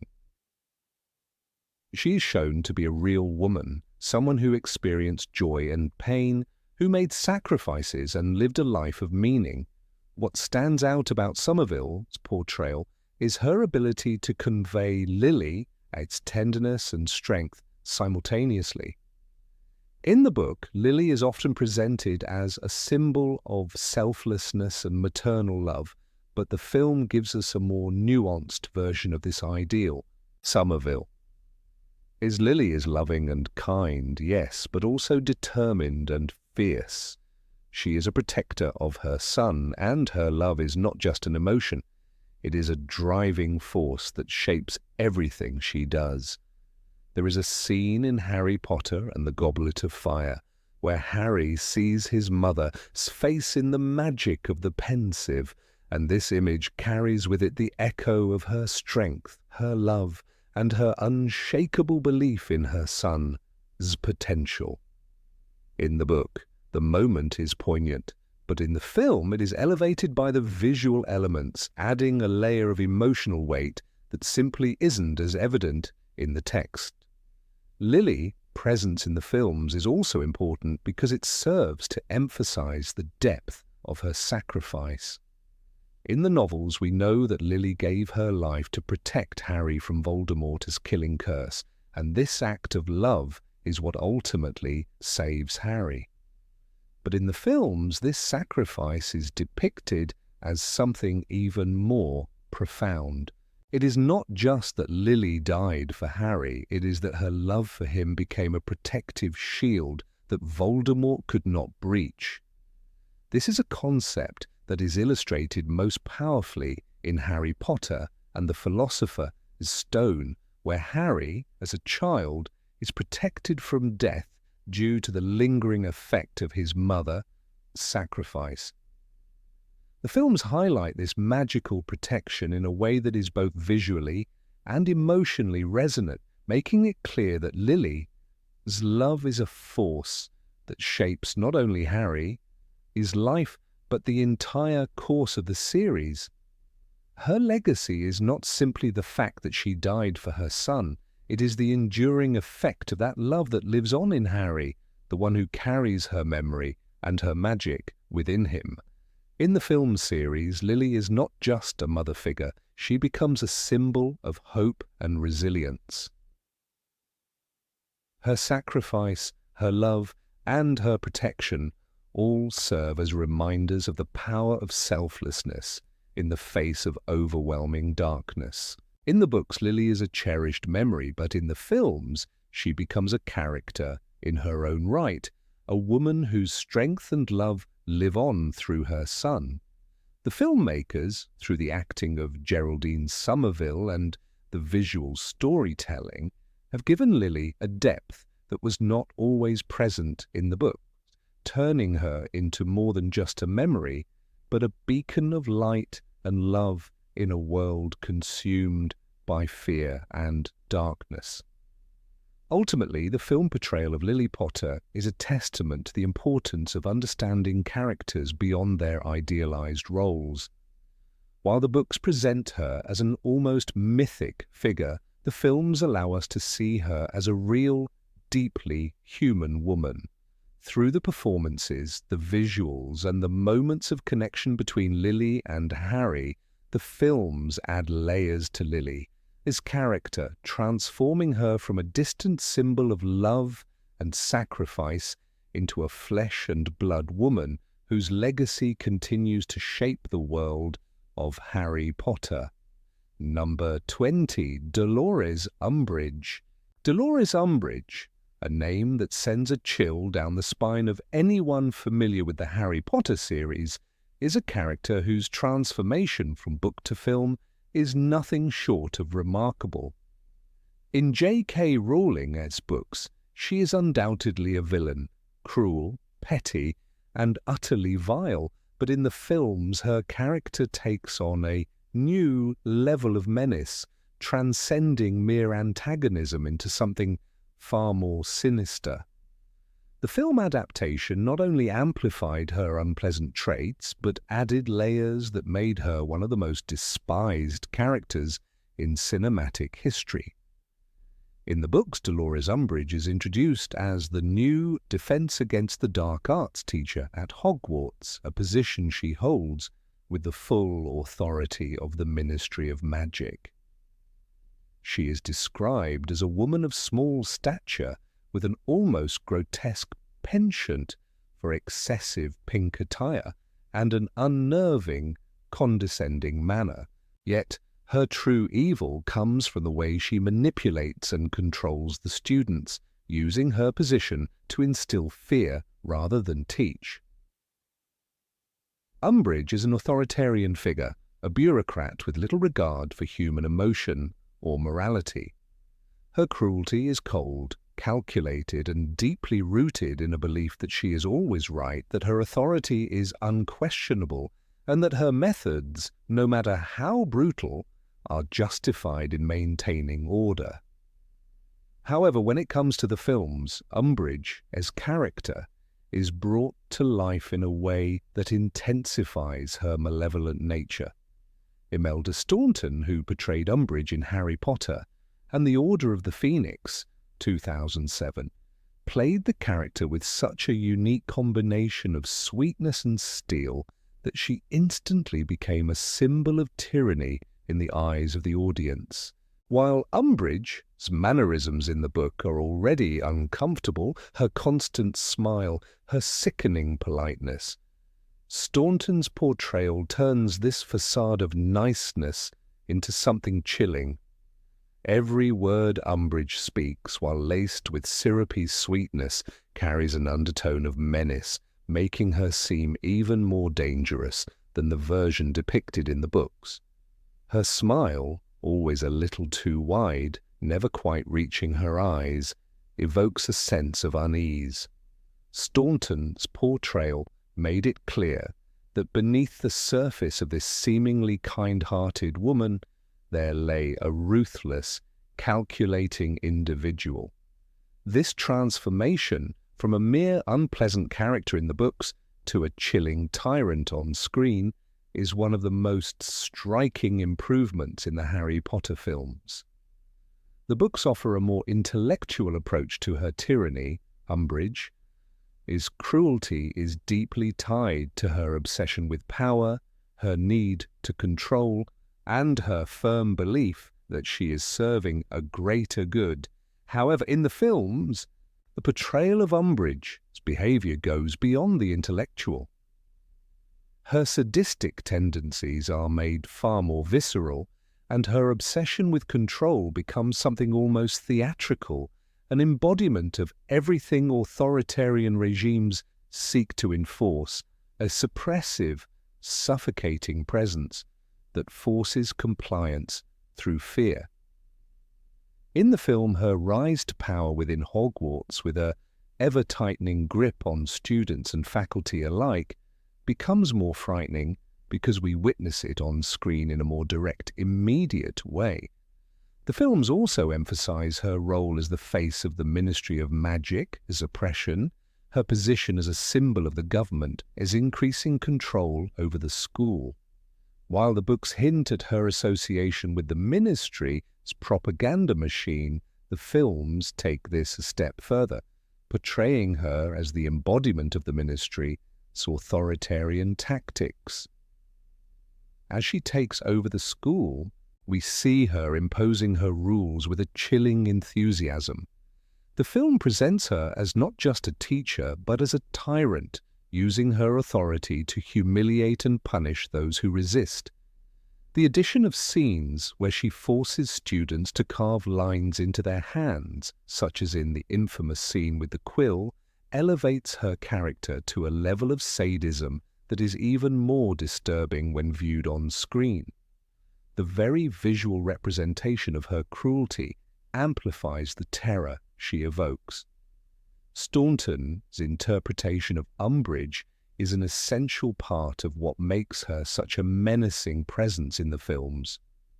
Her ability to play Umbridge as both a figure of authority and a sadistic delight makes the character more than just an obstacle for Harry Potter and his friends. She becomes a representation of the dangers of unchecked power, of how a smiling face can hide an agenda of oppression. In one of the most chilling moments, when Umbridge forces Harry to write quote 32 over and over again, the film showcases the way her cruelty operates not through physical violence alone, but through psychological manipulation. The quill she uses, which engraves the words into Harry's skin, is a perfect metaphor for her ability to imprint fear into the hearts of those who cross her. The films also showcase the incredible contrast between Umbridge and the other characters, making her even more loathsome. While characters like Harry, Hermione, and Ron embody ideals of justice, equality, and courage, Umbridge stands as a stark contrast. Her belief in the superiority of the Ministry was laws, and her willingness to enforce them with brute force makes her a perfect antagonist for the story. She does not fight with magic as other dark characters do. Instead, her primary weapon is her position, her ability to control those around her with the threat of punishment and exile. The fear she instills is psychological, making her an insidious force rather than an overt one. But what makes Dolores Umbridge even more terrifying in the films is the way her character is constructed as a symbol of institutionalized tyranny. Her pink clothes, her obsession with kittens, and her love for tea may seem harmless at first glance, but they all serve as a stark contrast to the darkness lurking beneath. In the books, these elements are used to make her a more ridiculous character, a woman obsessed with maintaining an image of politeness and propriety at all costs. But in the films, these traits are twisted into something far more disturbing. The pinkness of her clothes, once a symbol of innocence, becomes a mask for her malicious intent. Her girlish love for cats, once a harmless quirk, now feels like a reflection of her childish desire for control over everything in her environment. Moreover, the film's portrayal of Umbridge's office, filled with kitten plates, is a haunting visual metaphor for her distorted view of reality. In the books, the office is certainly unsettling, but it is in the film that it truly comes to life as a representation of Umbridge's psyche. The pastel-coloured decor, the excessive number of kitten-themed objects, and the garish decorations are all designed to give the impression that Umbridge is trying to create a safe, childlike space, but in reality, it only highlights her deep-seated need for control. The irony of her warm office, which contrasts so starkly with her behaviour, makes her even more chilling. It's as though she's trying to create a facade of innocence while enacting the cruelest of punishments. What truly elevates Umbridge in the films, though, is Staunton's performance. The actress brings an understated menace to the role, turning a character who could have easily become a caricature into a frighteningly believable villain. Staunton's performance is full of subtlety. Her voice, a sickly sweet drawl, can turn from sugary to chilling in the blink of an eye. Her carefully controlled movements, the way she clasps her hands together or tilts her head, just so, all serve to create an image of a woman who is deeply dangerous precisely because she, so composed, so perfectly controlled. In Staunton's hands, Umbridge is more than just a tyrant. She becomes a symbol of the power of a well-manicured mask, one that hides the darkest of motives. By the end of Harry Potter and the Order of the Phoenix, Dolores Umbridge has become not just a hated figure, but an iconic representation of authoritarianism. She embodies everything that is terrifying about unchecked power, the ability to control, to punish, to manipulate all while maintaining a perfect, smiling exterior. It's a testament to the brilliance of Staunton's portrayal that, long after the film is released, Umbridge remains one of the most universally despised characters in the Harry Potter series. Her transformation from a mere book villain into an unforgettable cinematic force is a masterclass in how a character can be elevated, not just through the story, but through the power of performance and visual storytelling. Number 21, Bellatrix Lestrange. In J.K. Rowling's Harry Potter series, Bellatrix Lestrange is introduced as a fanatical and violent follower of Lord Voldemort. While she certainly possesses all the qualities of a classic villain, such as her ruthless disregard for life and her obsession with dark magic, her portrayal in the books tends to be more one-dimensional. She is evil, driven by an intense loyalty to Voldemort, and acts as a deadly weapon for him. However, her character lacks the depth and complexity that many of the other figures in the series possess, and she often reads like an archetypal Death Eater with a penchant for cruelty. She's not so much terrifying as she is erratic, her madness colouring much of her actions. Readers of the book see her as a mere extension of Voldemort's will, with little room to explore her own motivations beyond her devotion to him. When translating Bellatrix Lestrange from the pages of the book to the screen in the Harry Potter films, however, a significant transformation occurred. The character, brought to life by Helena Bonham Carter, became something far more vivid and memorable. Bellatrix's on-screen presence is a whirlwind of chaos, passion, and madness, with Carter performance making her far more than just another Death Eater. Rather, she becomes an iconic antagonist who is impossible to ignore.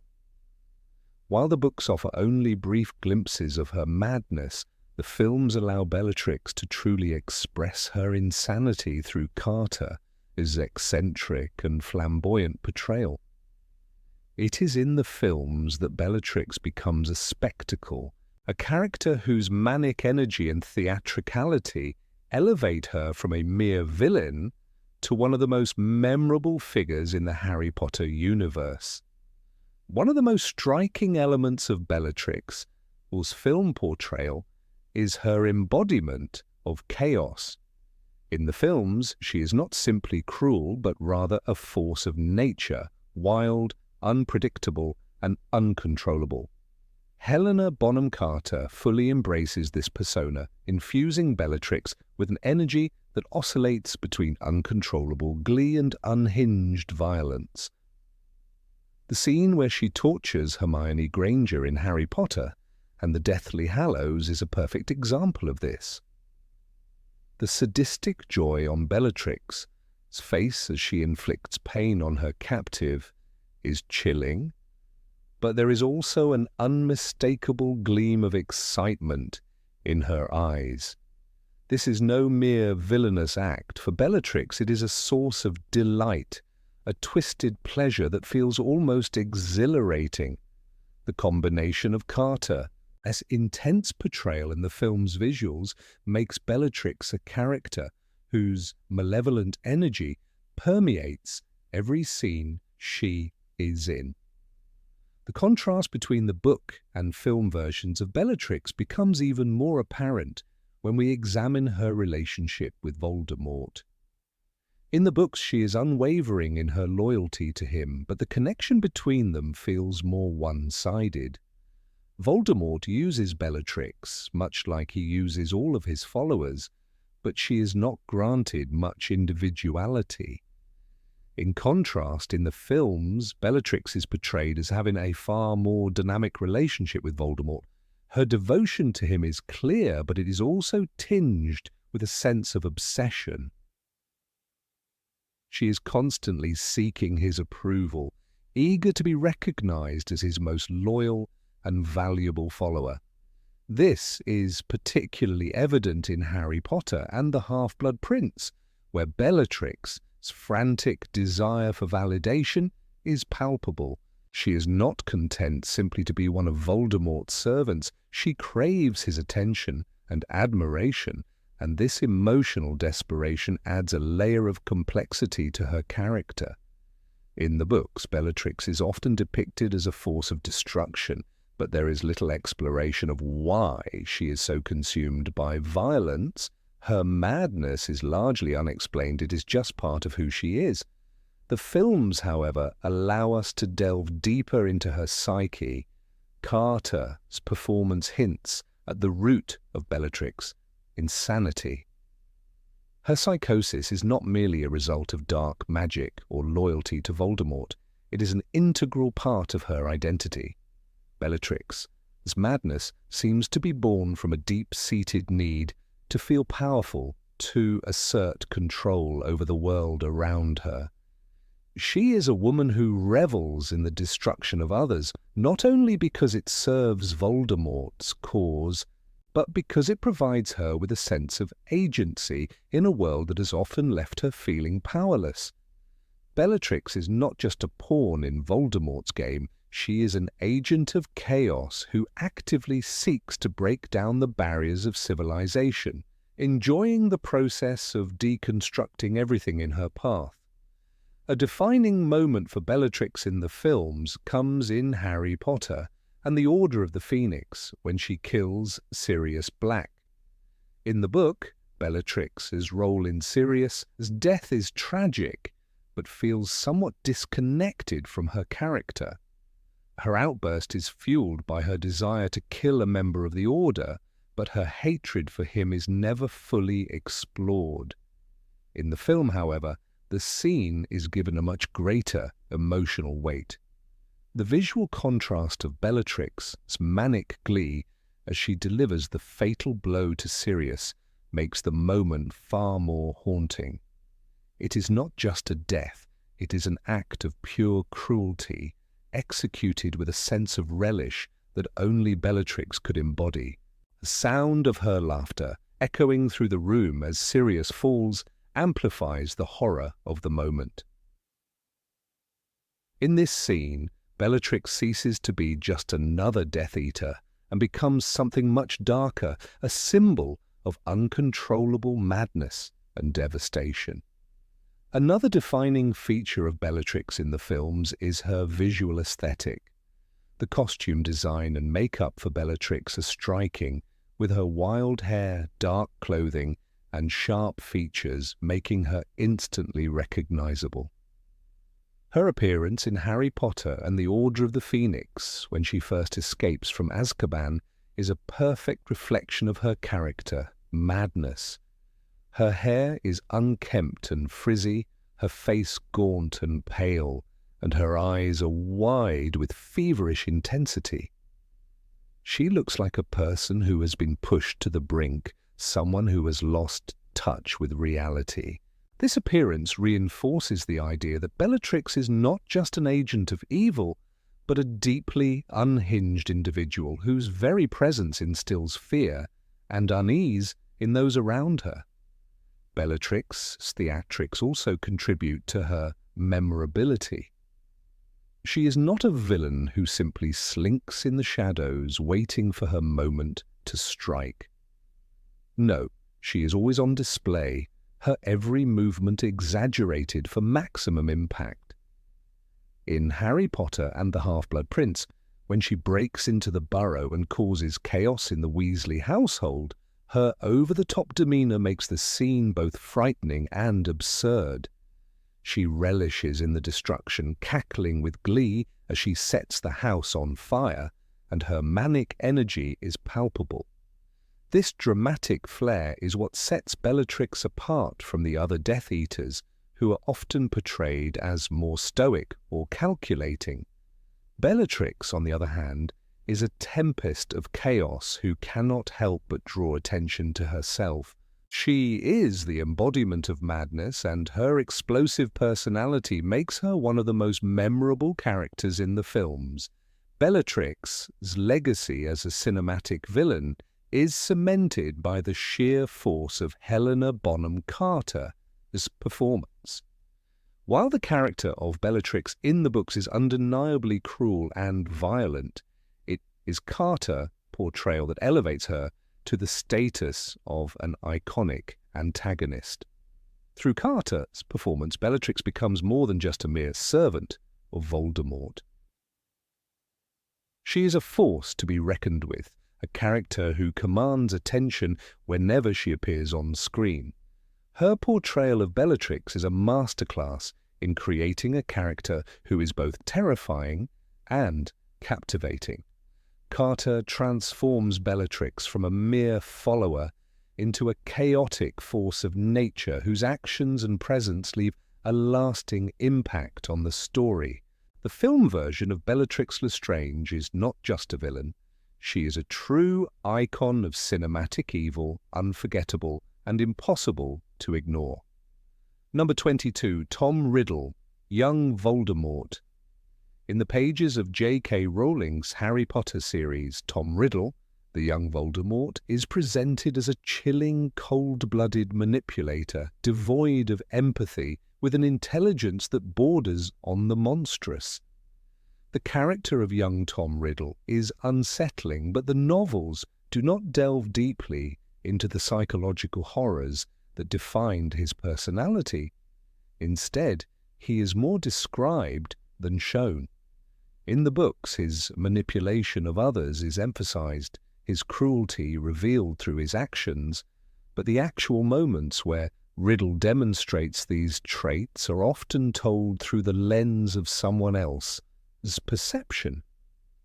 While these qualities paint a terrifying picture of the person Voldemort became, there's an unsettling distance between the reader and the full experience of who Tom Riddle was. In contrast, the Harry Potter films, particularly Harry Potter and the Half-Blood Prince, do a remarkable job of fleshing out Tom Riddle as a character. Through the portrayal of the young Voldemort by actor Frank Delane, the films succeed in presenting him not just as a figure to be feared, but as an entity of almost magnetic terror. Delaney's portrayal brings an unsettling calm to the character. There is no frantic rage or outwardly evident malevolence. Instead, there is an eerie tranquility. The lack of outward emotion in young Tom Riddle creates a more terrifying aura, one that emanates from his very presence.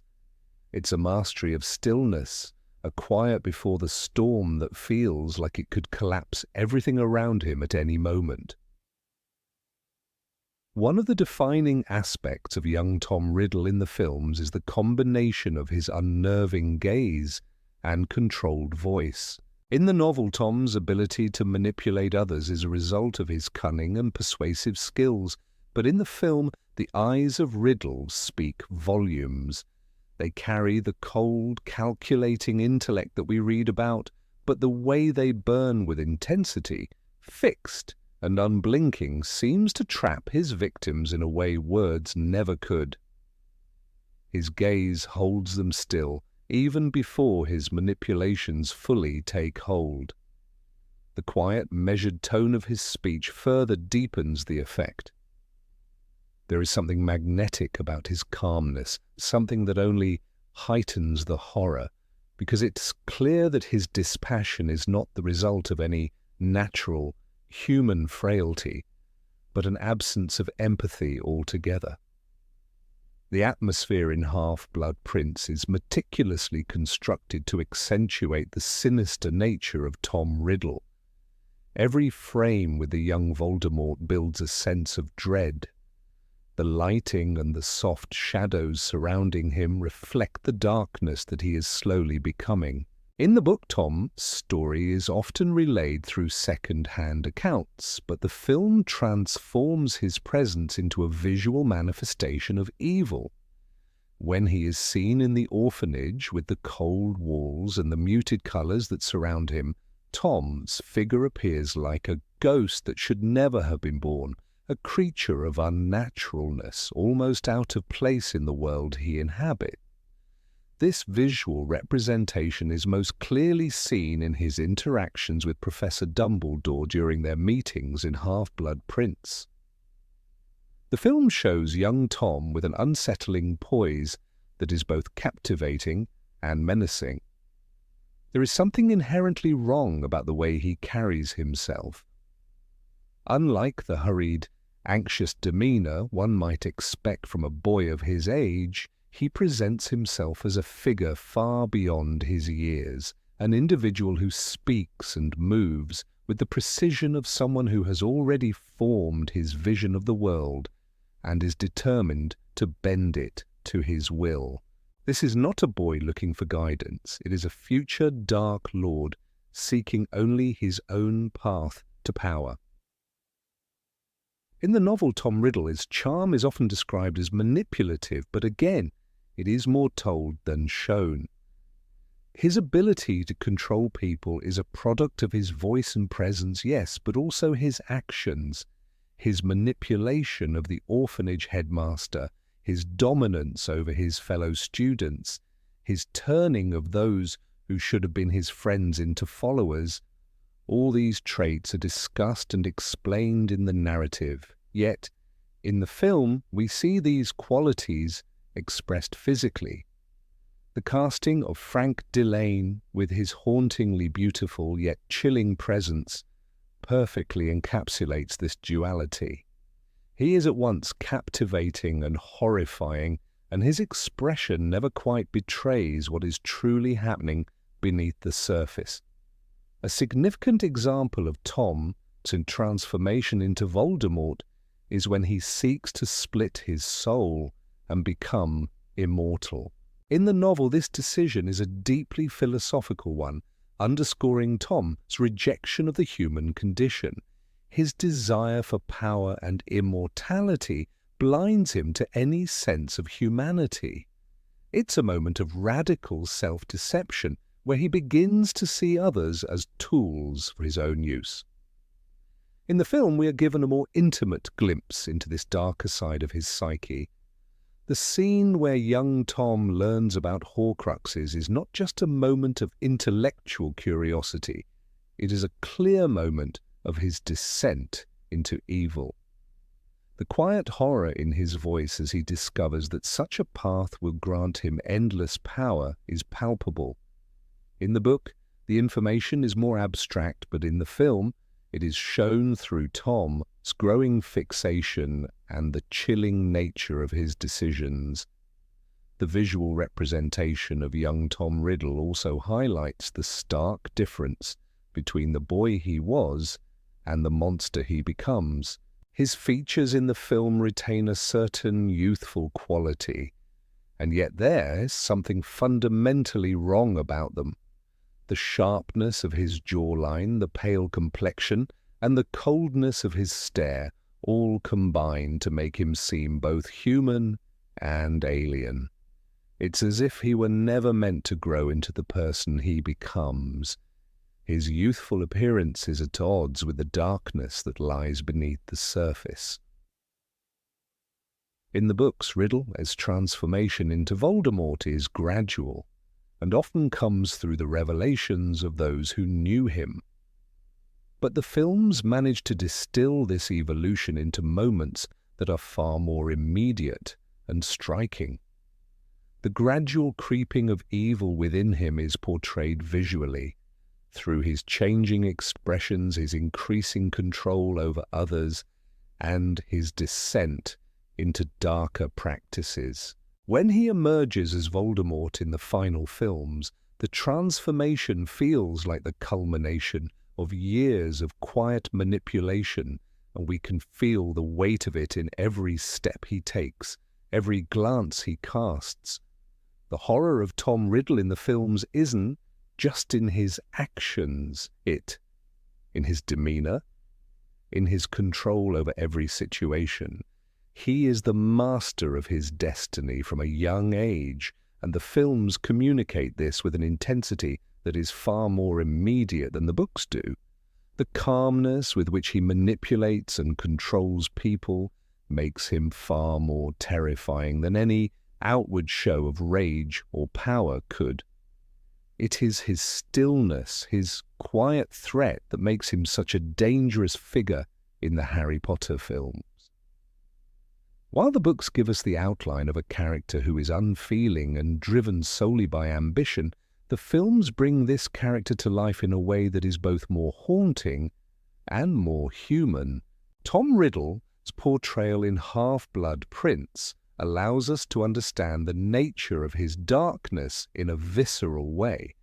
He is a boy who has already rejected any notion of good, and yet he is still young enough to be molded by the power he seeks. His story is one of a soul in the process of being irrevocably shattered, and the films manage to capture that break in ways that the books can only hint at. The atmosphere that surrounds Tom Riddle in the film is meticulously constructed to enhance his sinister qualities. The use of lighting, color, and even silence enhances the sense that he is a predator, a quiet, calculating force whose every word and action carries weight. When young Riddle speaks, it is with the quiet authority of someone who is certain that he will get what he wants. His power doesn't need to be screamed or shouted, it simply is. In the Harry Potter films, Tom Riddle's evolution into Voldemort becomes a visual experience. The films show not just the actions he takes, but the emotional and psychological undercurrents that drive him. This allows the audience to feel the terror of Tom Riddle, not just through his deeds, but through his very presence, a presence that is calm, calculating, and terrifying in its coldness. In the end, the films give us a Tom Riddle who is as much a visual representation of evil as he is a character in a story. Through Delane's performance and the carefully crafted cinematography, the films make Tom Riddle a villain who is not just feared but understood. Number 23, Horace Slughorn in J.K. Rowling's Harry Potter series. Horace Slughorn is a character who, at first glance, might seem to fit neatly into the comic relief category. In the books, he is often portrayed as a somewhat shallow, self-serving figure, charismatic, yet deeply flawed. He is a teacher who, rather than instilling knowledge for the sake of learning, takes a more opportunistic approach to educating his students.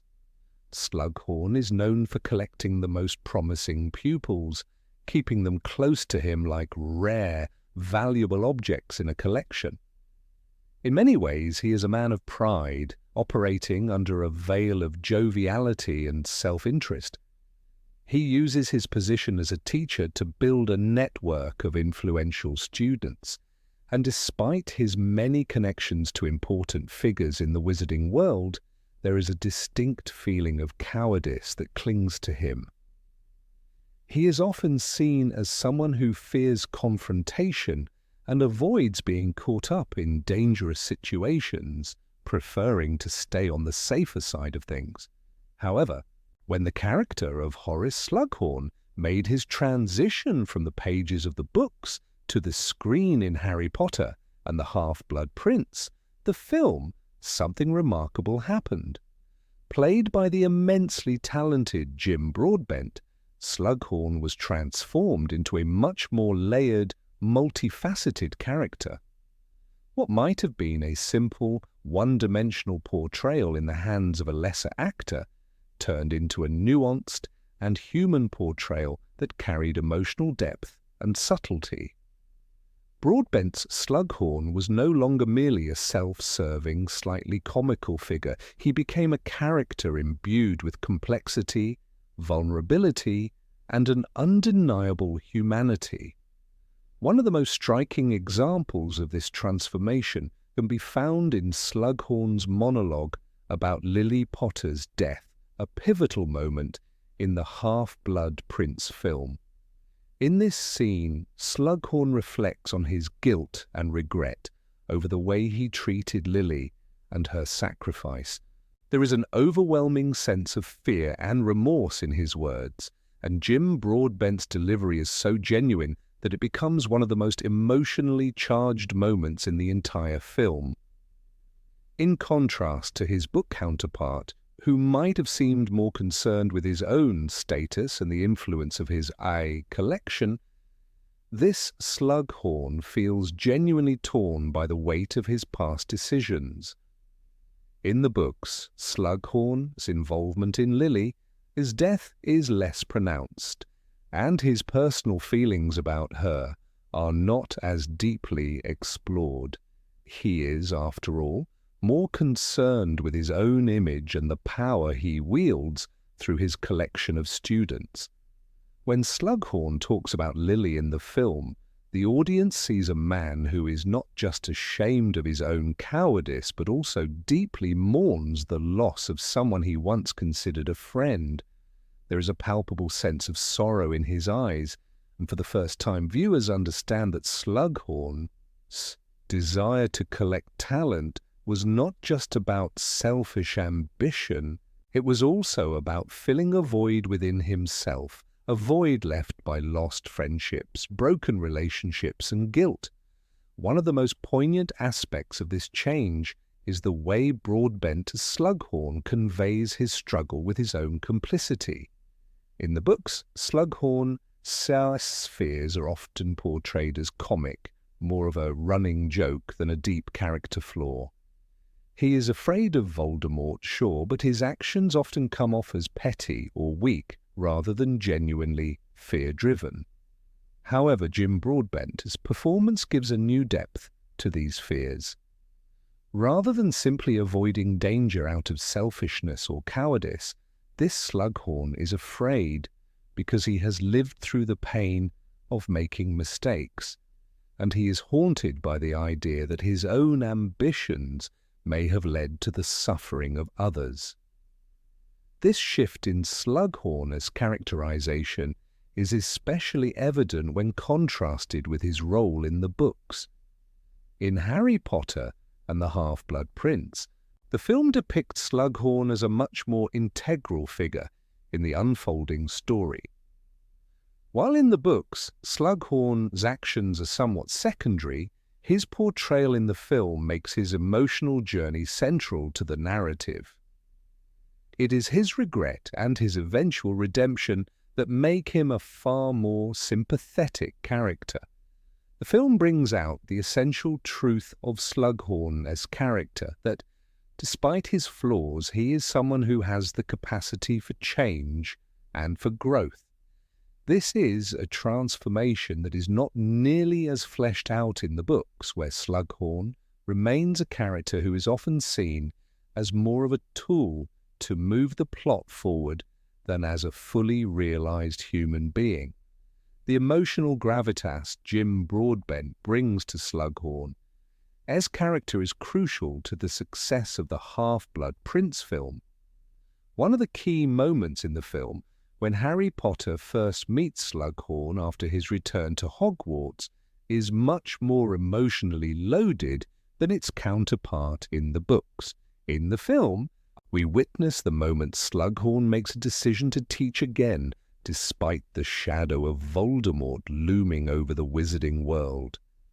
His willingness to step into danger for the sake of his students marks a significant departure from the Slughorn we meet in the books. This shift is subtle yet powerful. It suggests that despite all his selfishness and his cowardice, Slughorn does care for others, and he is capable of stepping out of his comfort zone to do what is right. In contrast to his book counterpart, who is depicted as more superficial and less introspective, Jim Broadbent, Slughorn is someone who, in his later years, has become more reflective. He has gained wisdom through the years, perhaps at the cost of his own comfort, but he remains deeply human in his flaws. His relationship with Harry in the film version is another testament to his emotional complexity. While Slughorn is still the same man who has a habit of seeking out the most talented students, he also begins to see Harry as more than just another. Quote, all 5 twos, quote, 46. He understands the weight that Harry carries and becomes more empathetic toward him, a development that was not nearly as pronounced in the books. This progression from a man consumed by vanity and fear to someone who is willing to make amends for his past mistakes is one of the more remarkable transformations in the Harry Potter films. By infusing Slughorn with emotional depth and vulnerability, Jim Broadbent not only created a more believable character, but also elevated his role in the series as a whole. He became not just a figure of comic relief or a convenient plot device, but a man who genuinely grapples with his own past and seeks redemption in a way that feels authentic and meaningful. One of the most remarkable aspects of this change is that it doesn't feel forced. Jim Broadbent's portrayal of Slughorn is subtle and nuanced, making it easy for the audience to believe in the character's evolution. In the film, there is a slow unraveling of Slughorn, his more superficial tendencies as he confronts his past mistakes. The realization that his own fears and ambitions have caused pain, not only to himself but also to those around him, makes him a far more relatable and sympathetic figure. Perhaps one of the most lasting legacies of Jim Broadbent, portrayal of Slughorn is how he humanized a character who, in the books, often felt like a caricature. In the films, Slughorn becomes more than just a teacher who collects students like trophies. He becomes a man who has loved, lost, and ultimately learned the importance of humility and self-reflection. This transformation is one of the many ways in which the films improved upon the books, giving us a deeper, more emotionally satisfying portrayal of a character who, in the source material, was often relegated to the background. By the end of The Half-Blood Prince, Slughorn is no longer a figure of ridicule or shallow self-interest. Through Broadbent's performance, he becomes a character we can understand and empathize with, a man who, though flawed, is deserving of forgiveness and understanding. And in doing so, he becomes one of the most human characters in the series, proof that even the most flawed individuals are capable of redemption if they have the courage to face their own mistakes. Number 24, Remus Lupin. In J.K. Rowling's Harry Potter series, Remus Lupin stands out as one of the most beloved characters, embodying a sense of wisdom, kindness, and quiet strength. However, when his character was translated to the big screen, a unique transformation occurred. While the books presented him as a wise but sometimes distant figure, the films brought out a warmth and humanity that made him even more beloved by audiences. This shift was not only due to the magic of cinema, but was also a testament to the performance of actor David Thewlis, whose portrayal of Lupin resonated deeply with viewers. In the Harry Potter books, Remus Lupin is first introduced as the new Defense Against the Dark Arts teacher at Hogwarts. He is quickly revealed to be a man of great intelligence, kindness, and empathy, despite his past as a werewolf. Lupin's wisdom is evident in his approach to teaching, and his calm demeanor creates a safe space for Harry and his friends. However, the books also hint at his emotional distance.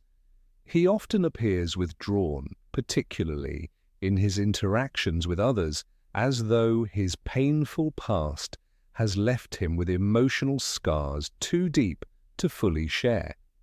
This emotional distance is most noticeable in the later books of the series.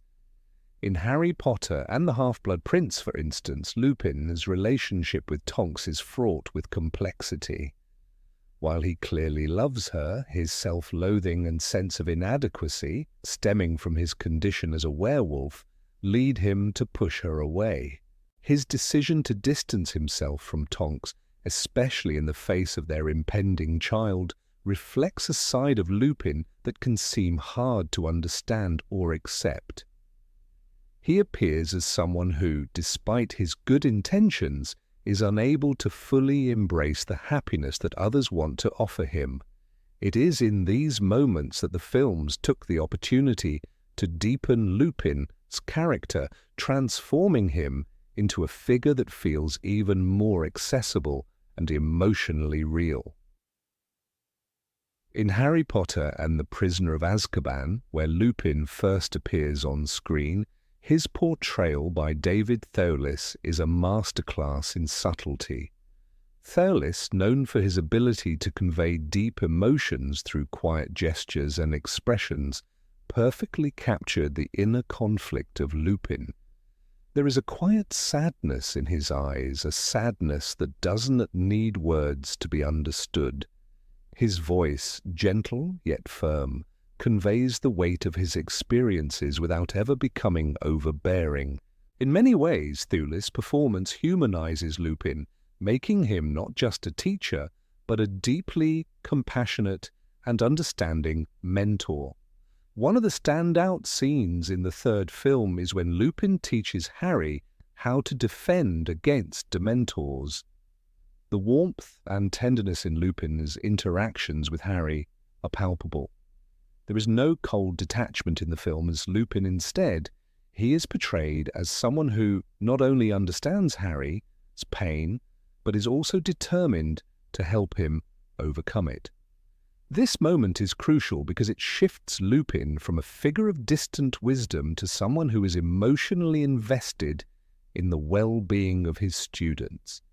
The film also makes Lupin's transformation into a werewolf much more poignant. In the book, the revelation of his condition is shocking and tragic, but it is also somewhat brief. The films, however, take the opportunity to slow down the transformation process, emphasizing the horror and pain of the experience. Lupin's transformation in The Prisoner of Azkaban is not just a physical change, it is a visual manifestation of his inner turmoil. The special effects, while stunning, also serve to emphasize the vulnerability of the character. In the book, Lupin's werewolf form is a source of shame for him, but the films take this a step further, portraying it as something that he must battle against, not just on the outside, but within himself. The films also give more attention to Lupin's relationships with other characters, particularly Harry. The films highlight the bond that forms between them in The Prisoner of Azkaban. Lupin is portrayed as a mentor and protector to Harry in a way that the books only partially explored. In the film, Harry looks to Lupin for guidance and comfort in a way that reflects a deep emotional connection between the two. Lupin's ability to offer Harry solace and advice, even when his own life is in turmoil, makes him an even more complex and relatable figure. In The Prisoner of Azkaban, we see Lupin not just as a teacher but as a surrogate father figure, someone who understands Harry, struggles with loss and loneliness, having experienced similar grief in his own life. David Thewlis' performance as Lupin also elevates the character by showcasing the subtle nuances of Lupin's suffering. Thewlis is able to convey Lupin's isolation without the need for excessive dialogue. In scenes where Lupin is alone or when he is struggling to control his emotions, his facial expressions speak volumes. The sadness in his eyes and the tremble in his voice communicate a depth of pain that is often hidden beneath his calm exterior. This portrayal gives Lupin a humanity that is not as clearly depicted in the books. He is not just a wise teacher or tragic figure. He is a man who has lived through immense suffering and yet still finds the strength to care for others. Perhaps the most striking aspect of Thewlis' portrayal of Lupin is the sense of warmth and understanding he brings to the character. In the books, Lupin's kindness is often tempered by his emotional distance, but on screen, his empathy feels more immediate. In particular, his relationship with Harry is one of the most emotionally rich aspects of the films. The tenderness with which Lupin teaches Harry about his own inner strength is a crucial part of Harry's development. The films take the time to show that Lupin, while troubled, is also deeply committed to Harry's growth as a person. He is not just a teacher in the traditional sense, he is someone who recognizes Harry as pain and works to help him heal. Thewlis' portrayal of Lupin also emphasizes the character's deep sense of moral integrity. While the books hint at Lupin, struggle with his condition and his sense of inadequacy, the films showcase his internal battle more vividly. Lupin is not just a victim of his circumstances, he is a man who has chosen to continue fighting for what is right, despite the personal cost. In The Prisoner of Azkaban, when Lupin chooses to reveal his secret to Harry, it is a moment of incredible vulnerability. He knows that his condition could harm those around him, yet he is willing to trust Harry with that knowledge. This act of courage is a key moment in both Lupin's character arc and Harry's journey. As the series progresses, Lupin's character only deepens. In The Deathly Hallows, when Lupin is faced with the prospect of fatherhood, his internal struggles become even more pronounced. His decision to keep his son's identity a secret from his enemies is an act of both love and self-sacrifice. He is a man who has lived with the stigma of being a werewolf, and yet he is determined to protect his family from the same fate. The emotional weight of Lupin's decisions in the final book is magnified in the films, where Thewlis' performance imbues the character with a sense of quiet dignity and profound sorrow. The warmth and humanity that David Thewlis brought to Remus Lupin in the films have made him one of the most beloved characters in the Harry Potter franchise. While the books introduced Lupin as a wise but somewhat distant mentor, the films transformed him into a character whose emotional depth and vulnerability make him even more compelling. Lupin's role as a mentor to Harry and his ability to empathize with the struggles of others make him a figure of great importance in the Harry Potter series, both in the books and on the big screen. Through his portrayal, Thewlis gave us a Remus Lupin who is not just a character in a book, but a deeply human figure who feels both like a teacher and a friend. Number 25, Molly Weasley.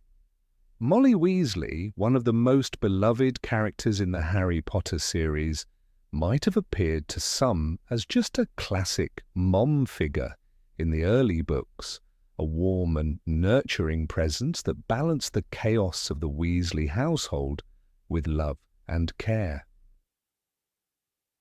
However, in the films, her character took on an even more profound and impressive dimension, evolving into a powerful figure whose emotional depth and strength left a lasting impact on fans worldwide. While the books already painted Molly as a force to be reckoned with when it came to protecting her family, the films allowed her to shine in ways that gave her an entirely new level of respect, making her not just a mother, but a warrior in her own right. In J.K. Rowling's books, Molly is portrayed as the heart of the Weasley family, a beacon of maternal warmth and strength. She is the mother of 7 children, and her life is largely defined by her unwavering devotion to them. From her first appearance in The Philosopher's Stone, where she welcomes Harry with open arms into the Weasley fold, to the many times she lovingly scolds her children or dotes on them in her own practical, no-nonsense way, Molly is shown to be the pillar that holds the family together. Yet this is only one facet of her character. In the books, Molly's nurturing nature isn't just about cooking, cleaning, and mending clothes. It's about the fierce loyalty and love she has for her family, which she will defend at all costs.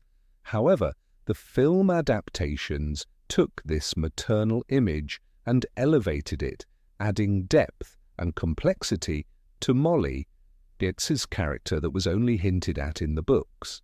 The films allowed her to show a broader spectrum of strength, not only as a mother but also as a formidable fighter.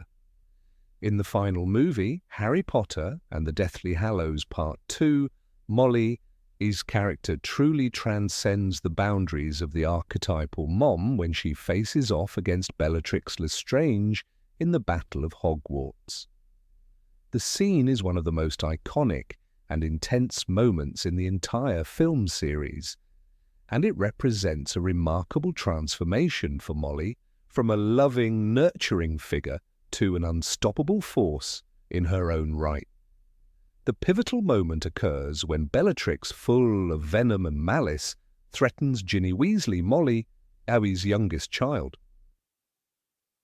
Up until this point, Molly has fought bravely in the battle alongside other members of the Order of the Phoenix and Hogwarts students, but it is her defense of her daughter that reveals the true extent of her power. In the book, this scene is powerful, but it is in the film that it reaches a level of pure intensity. With fierce determination, Molly shouts, "Not my daughter, you bitch!" Her voice, filled with maternal rage, rings out across the battlefield, signaling not only her emotional fury, but also her transformation into a fierce warrior. The camera captures the full force of her protection as she stands between her daughter and Bellatrix, ready to do whatever it takes to keep her family safe. This moment, and Molly's subsequent defeat of Bellatrix, is a testament to the power of love and the lengths a mother will go to for her children. The films, Donna, just show Molly as a loving mother. They show her as a protector, a fierce warrior capable of taking down one of the most dangerous witches of their time.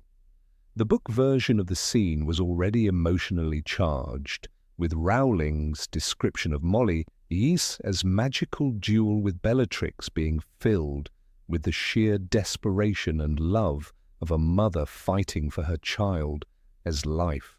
But the film, his portrayal added a physical and emotional weight to the battle that made it unforgettable. Molly's triumph was not just a victory over Bellatrix, but a victory over every stereotype of maternal characters being weak or helpless in the face of danger. Before this moment, Molly's character had always been associated with domesticity and warmth. She baked, she cared for her children, She even had her share of frustrations with them, like any mother would. But the films helped to break the boundaries of her role. They allowed her to emerge from the shadows of the homemaker into a role that demanded respect on the battlefield. The scene where she takes down Bellatrix is more than just a moment of victory. It is the moment where Molly Weasley truly becomes a symbol of strength and resilience, someone to be admired not just for her kindness, but for her bravery and power.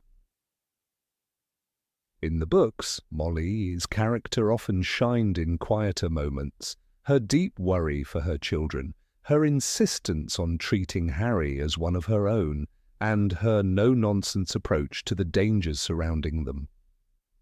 She was the embodiment of parental love, even when her children were facing life-threatening situations. Her protective instincts were undeniable, especially in moments when she would go to any length to keep her family safe, whether it was scolding Ron for his impulsiveness or keeping a close eye on Harry, whom she had come to care for as one of her own sons. But it is in the films, particularly with the added visual effects and the dramatic weight of the battle sequences, that her true role as a fighter is fully realized. Molly's transformation into a fierce protector in the films also serves as a powerful contrast to the other female characters in the series. Characters like Hermione Granger and Professor McGonagall had always been portrayed as strong and resourceful, but their strength was intellectual or tactical. Molly's strength, by contrast, is deeply emotional and maternal, yet it is no less powerful. The film's decision to emphasize this aspect of Molly's character made her stand out as a different kind of female hero, one who embodied the fierce, unconditional love of a mother, but also the indomitable spirit of a warrior. This made her role in the final battle not just a personal victory, but also a symbolic one for women in the Harry Potter series, showing that motherhood does not equate to weakness. In addition to her battle prowess, the films also brought out the humor and warmth that made Molly so lovable in the books. Even in the midst of the darkest moments, Molly's warmth and kindness shine through. Whether it's her welcoming Harry into the Weasley family, her sharp but caring reprimands of her children, or her tireless efforts to make everyone feel at home, she remains a beacon of warmth. The films took the time to highlight these moments, reminding us that while she is capable of extraordinary feats, she is also just a mother who loves and cares deeply for those around her. Throughout the Harry Potter films, Molly's character becomes a testament to the power of love and motherhood, but also to the power of a woman's strength, resilience, and capacity to protect. Her journey from a nurturing mother to a fierce warrior is a subtle yet powerful arc that is woven throughout the series. The films, particularly in their depiction of her battle with Bellatrix, elevated her character from the maternal figure in the books to a true hero in her own right. Molly Weasley's legacy, both in the books and the films, is a reminder that strength comes in many forms. While her bravery on the battlefield is undoubtedly one of her most defining moments, it is her unwavering love and dedication to her family that ultimately makes her one of the most admirable characters in the Harry Potter universe. Through her, we learn that the most powerful force in the world can sometimes come from the quietest, most unexpected places,